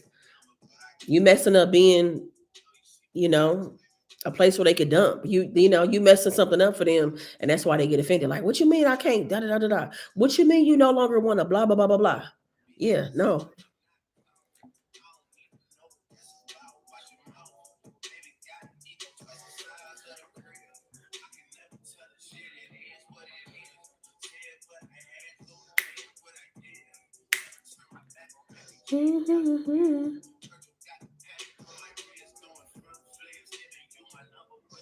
I had to learn that too. Take note and not react. Family definitely feels entitled, but honestly, they can be behind a friend if the friend has been. Yeah, I agree. For me, I'm a big person right now where it's like I feel like family is what you make it. I look at some of my friends as my family, and obviously my family is my family, and it's people that I'm related to. That's not. I mean, we just related. We just people that got the same blood, and we didn't have no say in how we got here. You know what I'm saying? Because if I had to say, baby, we would not be family, for sure. So and it just is what it is. Like I don't know anybody who's cool with every single person in their family. That's not necessarily even a bad thing. It just is what it is. So, but me, I think family is what you make it. I have friends show up where family hasn't.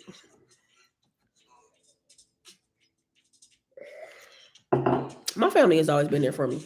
I've always had family be there for me. I've always had friends be there for me, which is a blessing. I don't take it for granted at all.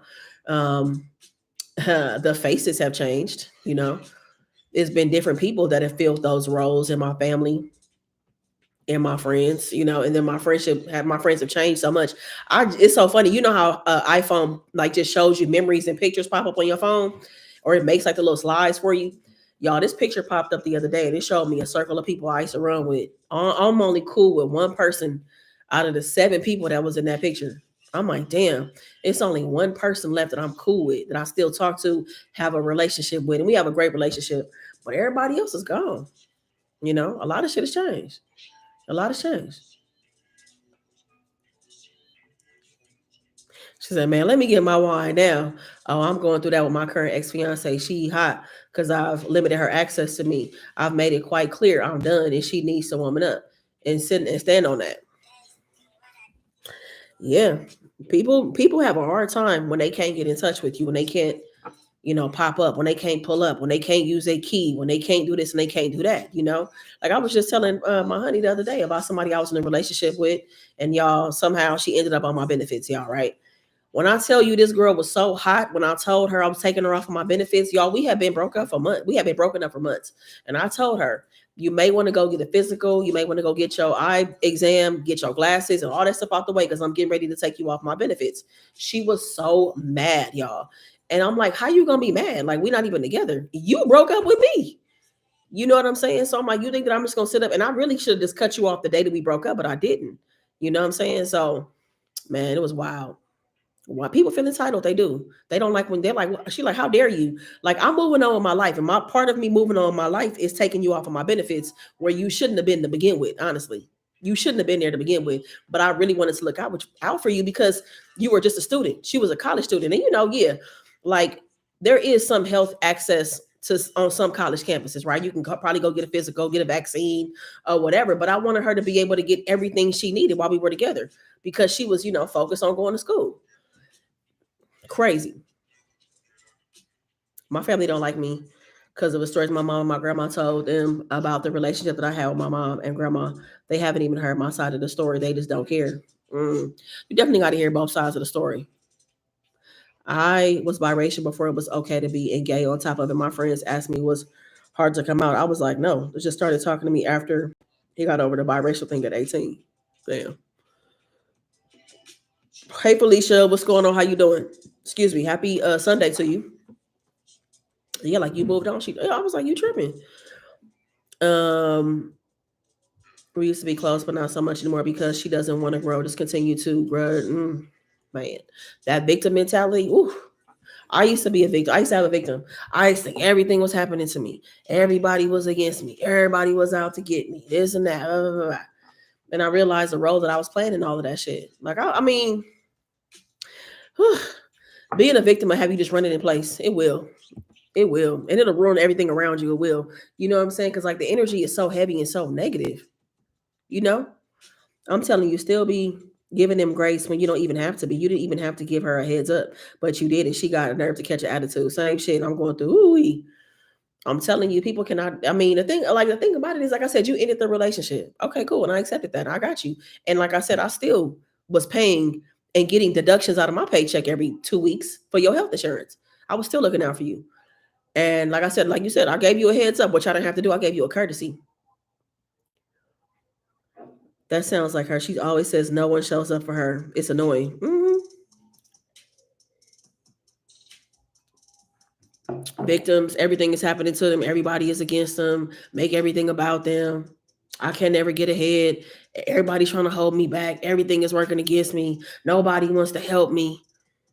Nobody want to help you because you don't want to help yourself. Like, you got to help yourself first. Like, why would somebody put up money and resources behind you if you gonna fuck that off? You're not even trying to help yourself.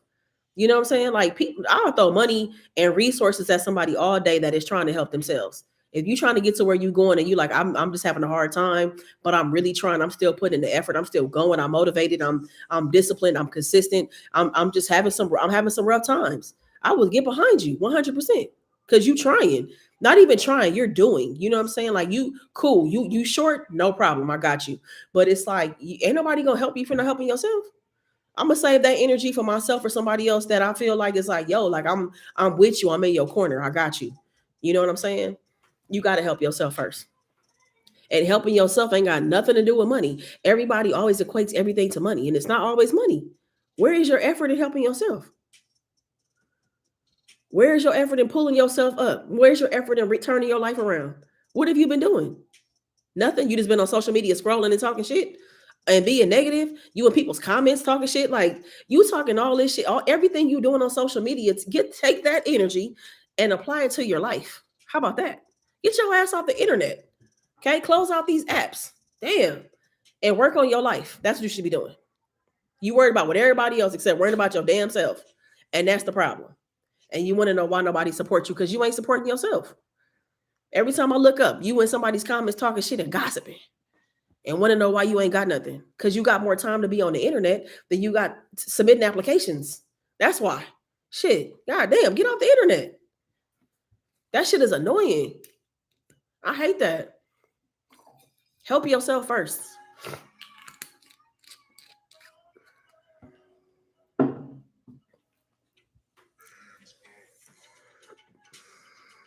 She said, I wouldn't have said a word. She'd have got a bill, not my problem. I wish I would have handled it like that. But you know what though? The reality of it is, I'm not a petty person. I'm not a person that tries to get back at people. I don't try to get revenge. I don't try to do none of that. I try to keep my karma good. I really do. Because at the end of the day, whatever I do, have I done some things that have been fucked up? Of course I have. I'm not saying I've been perfect, but I really do try not to like fuck people over because I got to deal with that. That's gonna come back on me at some point. So I try to do the right thing. I really, really do. I do. I try my hardest. I ain't always successful, but I really do try because I do recognize that what I put out is gonna come back to me. Be it good, be it bad. It is. It's gonna come back to you. You know what I'm saying? It's a hard day, but it's worth it when you do it. But the perpetual victim is doesn't help to help them. That's their norm. Expecting a bailout. Always, yep. Always. Glad I got on here. Glad you're here, Gigi. Kenyatta, you right. Got to stay focused. and they won't be there for others because they ain't. Mm-hmm. Yep. I'm the same way. I got to keep karma as a. Mm-hmm. Yep. I really know where you at daily. Mm-mm-mm. The topic when she tries to make a big deal of nothing. So emotional distancing and accepting that they have no ears for your topics because they probably are unwell. Some people just don't have it. Like, and that's the thing too. I'm glad that for me, I think one of the greatest gifts I did was increasing my awareness, my self awareness, and just awareness in general, because I feel like it helped me understand who I need to talk to about what. Because I don't think that everything is for everybody in your life. You know what I mean? Like when I'm going through something, I don't call everybody in my phone. I think of the person that is a good fit for this particular thing. You know what I'm saying? Um, there may be some people that can end up hearing everything, but I don't think it's everybody, you know? So I feel like awareness is what helped me be able to identify my relationships and figure out who to go to and what to talk about and what is the dynamic of our relationship and how do we benefit each other? You know, what purpose do we serve for each other? You know what I'm saying? Like everything is just not for everybody. And I think that was one of the greatest things that I realized because if you don't realize like why you're friends with somebody or what's the point of the relationship or what is it that you do for each other, you start talking to somebody and you disappointed that they're not able to really give you advice, but that person is not in your life for that particular thing. You know what I'm saying? They're in your life for a reason and they're a great friend, but that's not their area of expertise. That may not be for them. Maybe that's your creative friend. You know what I'm saying? And y'all can create and build some shit from the ground up. But you calling them, talking to them about the person that you dating and how this person did this or something that happened at work, and they may not be able to give you advice. That don't make them a bad friend. That's just not their area of expertise, and that's really not what y'all on, you know. So I think really understanding what I could talk to my friends about and who to go to for what really helped a lot. And it deepened the relationships. It made the relationships stronger, you know what I'm saying? Like that really helped me a lot. Just like I know my friends don't call me about everything. They call me for certain things, just like I call them for certain things.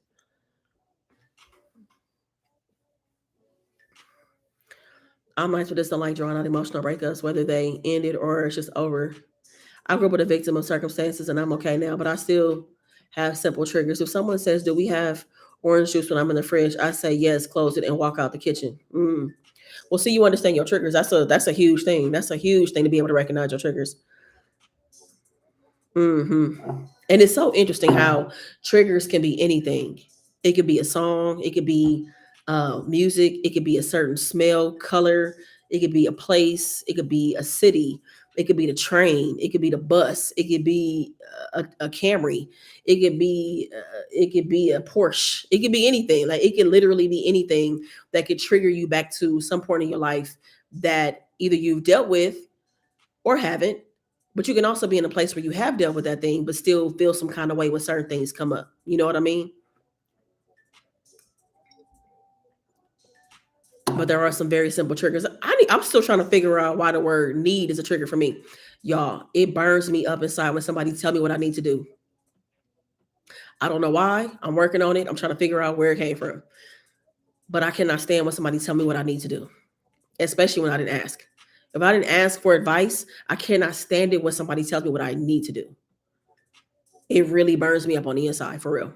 Like it sets me off a little bit. Like it's a little fire goes off inside of me every single time. And so I've been working on it, like talking to my therapist about it. Like I don't know what it is, but I don't like it. I do not like it. I don't like it. It's like you're planning my life without permission. Yeah, yeah, yeah.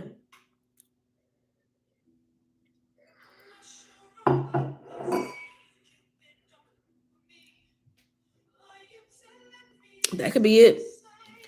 That could be it. Me being a little Rhonda telling me what I need to do. Yeah, that could be a big part of it for sure. Because that's something that I feel like people definitely come at me like people really have a hard time processing that I'm 42 years old. I don't know why. I have no idea why. You know what I'm saying? I don't. I have for the life of me, I have no idea. Because it's like if you 65, okay, let's just use somebody in my family that might be 60 or 65 years old. If you getting older, I've gotten older too. You know what I'm saying? Like I'm not still 18. I'm not 20 years old anymore. You know? Someone asking for my stuff. Does it matter how they ask, like the tone, or just them asking? No, however they ask, it just sets you off. That's a good one. Alicia, you might be right that it could be the fact that it's little Rhonda. Yeah. It depends on who need is coming from. Because when my oldest sister says I need to do something, I do because I know she's not going to lead me wrong. But when my mom says it, I go all the way off. So it depends on who it is. Yeah, for me, it's anybody. I don't like it. Like if it's uninvited, if we weren't having a conversation and I asked you what I needed to work on, or can you help me figure out what to focus on, or what I'm missing, or whatever, and you just come out of nowhere trying to tell me what to do, I'm like, wait, what? I really take offense to that. Need as an underlying condescending tone. Yeah, for sure. What's up, 2Fab6 TV? I agree. Every time I go back to a certain city, I cry because I don't like the version of myself when I live there. Oh, it's good that you recognize that, though.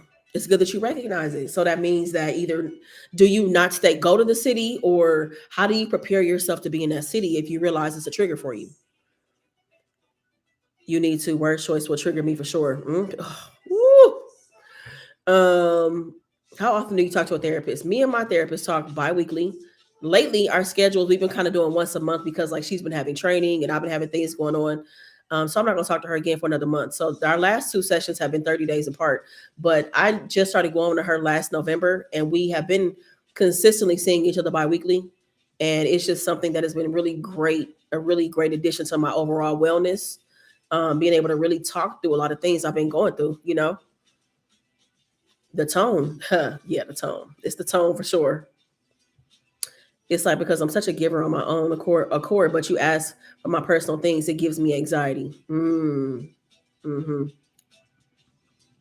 Do you feel like it's hard to connect with someone who's not in therapy? I don't think so. I don't think you got to be in therapy in order to connect, but I do think you should be somebody who's working on yourself. There's so many ways to work on yourself. You know what I'm saying? I don't think that it's just limited to therapy. And some people may have had bad experiences in therapy, which I can respect that and understand that too.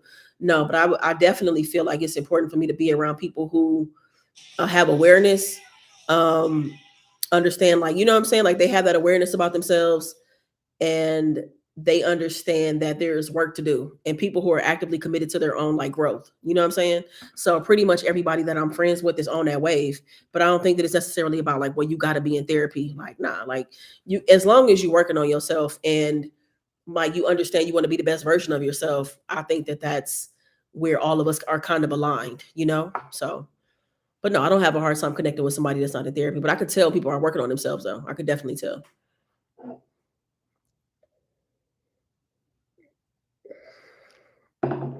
Yes, mine is when I make a statement and someone usually says, "What you mean is what you mean is," or they try to correct you, especially when what they say is not what I meant.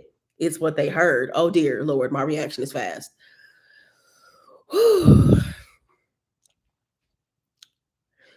And that's one thing I worked on in therapy too, is just like trying to process what people say before I fly off of the deep end, because it's like, I don't know.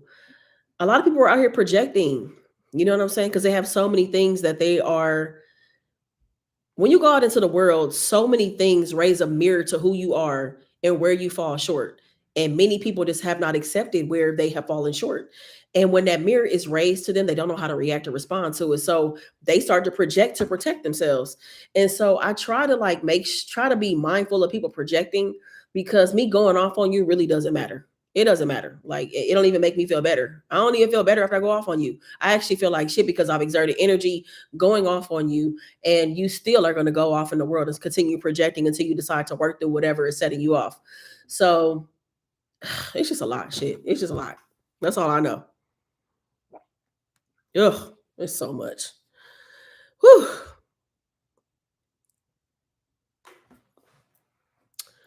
I just realized that my mom lives there, so I guess I need to prepare for the next time. Well, at least you know. And that's deep, you know what I'm saying? To think about that, like, for a city to take you back to who you used to be. But I could definitely see how that's possible. I'm sure there's a city that make me feel like that, and I haven't even thought about it really.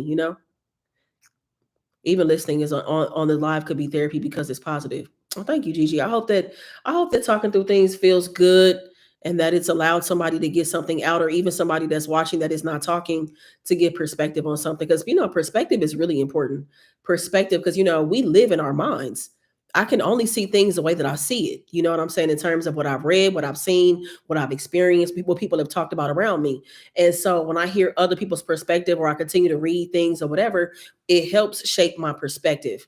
And I could be like, the way that I've been thinking about this thing is really outdated. Like, I really like how this person, views this particular thing. I think that's the best thing about perspective, is that it continues to change. And also, it's just so helpful. It's so helpful to, like, really, perspective is extremely helpful. It is. The trauma bonding is so high. It's like you want to vent, but it does turn into projection, such a thin line. That is true. That is very, very true.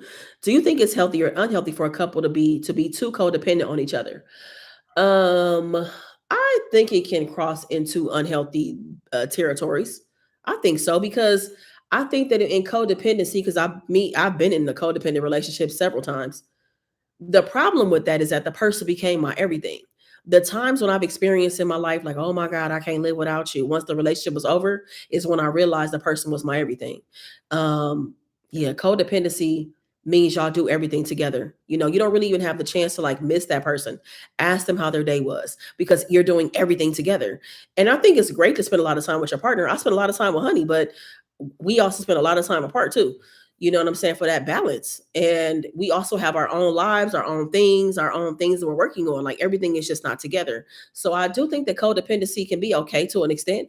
I think it comes to a point when it becomes too much, though, where the lines are blurred, and people even start to bunch y'all together. Like, I know when my relationships were codependent, people would look at us like we were one person. We were not separate people at all. You know what I'm saying? When somebody would send a message or invitation, it wasn't to, like, Rhonda and so and so. It's just to Rhonda. We know that so and so is going to get the message, because y'all do everything together. You guys don't have any outside life or individuality. So we know that you're going to invite her. We expect her to be there. You know what I mean? So, yeah. I think the codependency can cross an unhealthy. It can get unhealthy. I think so.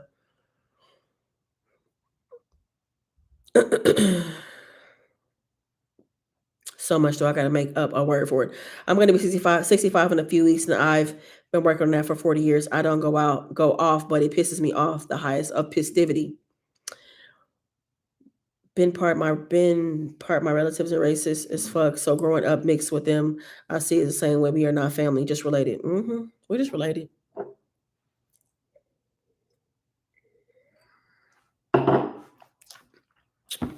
Yeah, being related to somebody is something I can't control.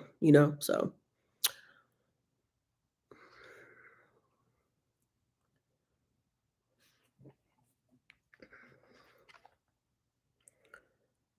you a triplet? Wow. I mean, that's a little different though, Kenyatta. I feel like that's a little different. But I also understand, like, wanting your individuality. You know what I'm saying? You came into the world with other people. You know what I'm saying? That's a little different. I, I would imagine that's a little bit different. You know what I'm saying? Because it's like y'all experience life the same since the beginning.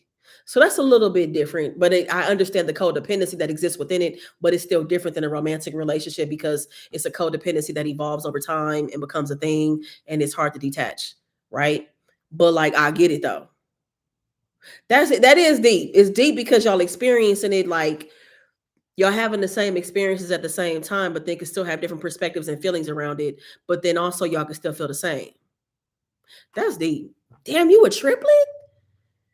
Shit. I've never met a triplet before, I don't think. I don't think I've ever met anybody that was a triplet. Wow. That is fascinating. I'm fascinated. I'm fascinated by that. Like, when you say it's deep, I now want to know more. You know what I'm saying? Like, I now need to know more. And now I need you to talk to me for like 6 hours about what comes along with being a triplet. It's tough for changes and differences doing things together. Mm. They say relatives are friends given by God. Personally, I talk to more of my friends, I found. I think that relatives can be friends. I have some friends. I definitely have friends that are relatives. My relatives were my first friends. So I think it was definitely a gift in that way that I understood friendship. I understood sharing, the bond, celebrations, birthday parties, and stuff like that. So it laid the foundation for friendship for me. I for sure. My cousins were my first friends. So I do get that part. I can't even imagine Kenyatta. I bet it is very challenging. Yes, my sister Ebony be on here. She put me on your page. For real? What? Now I'm fascinated. Now I'm just going deeper and deeper now. Wow. So do y'all live in the same state? Do y'all all still like live like close to each other and stuff? Birthdays are hard. Damn, that triple situation is deep because you all are going for your own individuality. Hold on. I had this. Where is this thing at in my phone, y'all? I had this idea a long time ago, many, many years ago. Y'all, my phone is just full of ideas. Hold on. I had this story, y'all, that I wanted to do like a long time ago. And like, you know how, wait, hold on. Let me find it. Hold on.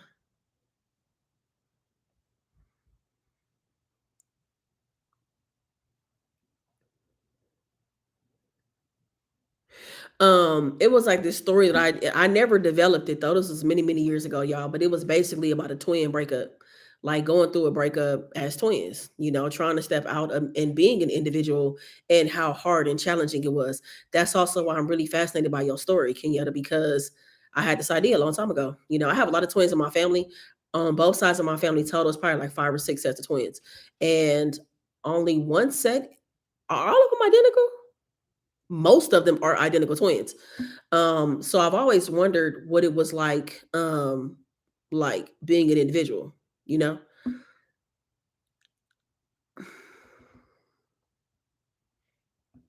It seems like we would get into all kinds of trouble. Ebony is in Connecticut and our other sister is in BA. Okay, so y'all not really far from each other. Wow.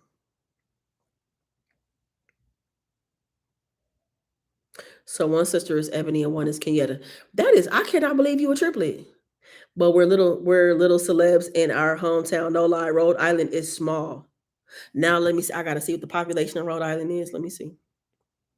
I love looking at the population and stuff, y'all.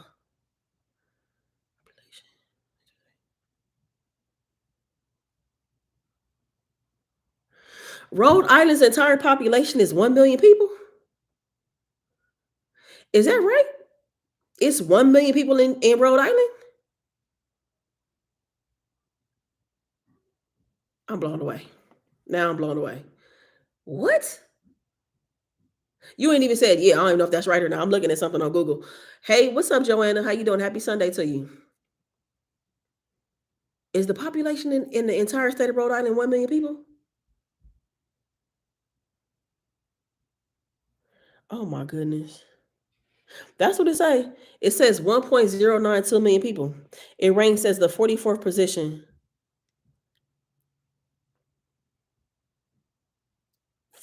By based on its area, it's the smallest state of the United States.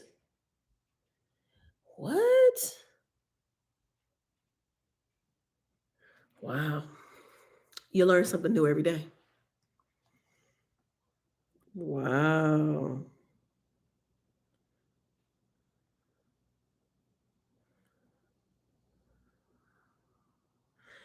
It brought up the demographics. Rhode Island is 77% white. I wasn't looking for that, y'all. It just popped up. Okay, so Rhode Island is mostly a white place.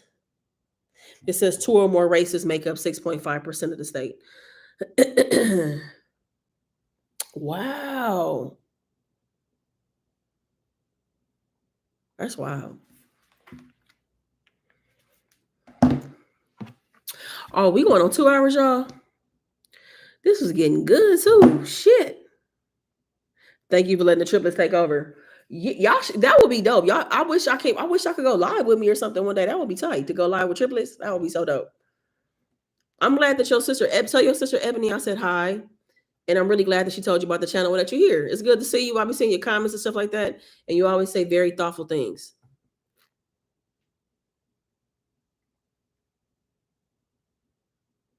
I need to have a meet and greet. But where though? Like, where would I meet and greet people? And I just be like, but where? Like, I did do this survey one time, and honestly, the number one location was the DMV area. The DMV was number one. Chicago was number two. Atlanta was number three. Number four was what was number four? Houston. Houston was number four. Number five was LA. So those were the top five locations. Those are the top five locations. So maybe that's where I could have a meet and greet, I guess. Um, and then I remember before the pandemic, I was going to have a meet and greet in Atlanta, and a lot of people were going to drive up to Atlanta. We was going to have a fish fry, game night, all that. Like that's my vibe. A fish fry and a game night. That would be so dope. I wanted something intimate, like 30, 40 people, like us just hang out and have a good time. I didn't want nothing too wild, nothing like that. Um, it is, but color is present. Our families are from the Indian reservations, Black Indians. Wow. Yo, this is fascinating. I am fascinated. You have to I have to hear more about this. I got to hear more about this. I do. Yeah, that's why you need to meet me, Rhonda. Thank you, Rika. Except I couldn't chime in. I was so that's okay, but I'm glad that you tuned in. I appreciate it. Yes, this is good convo. I'm glad that y'all. I love good conversation. I love talking. I love hearing y'all perspectives. And that's why I changed my name to Rhonda's Real Talk, because talking and having conversation, a lot comes out of it. Healing comes out of it. Understanding comes out of it. Curiosity comes out of it. Being able to question things comes out of it. Potentially raising your awareness, shifting your perspective. And that's what it's about. That's what it's about. Like, we all come from a different walk of life. We all are having different experiences. So there is something that somebody could have said here tonight that completely shifted my experience or my thought about something. And that's what it's about. I'm here I love to like to just I like to just take a deep dive on stuff. I love to like think, and I love to just talk about shit because like I said, conversation, a lot of stuff comes out of it, like I love to have fun. We have fun on here too. Over the years, we've had fun. We've had game nights. We've done a lot of stuff, but our conversation always ends up being the foundation because that's always something that everybody can participate in. Everybody can give their opinion.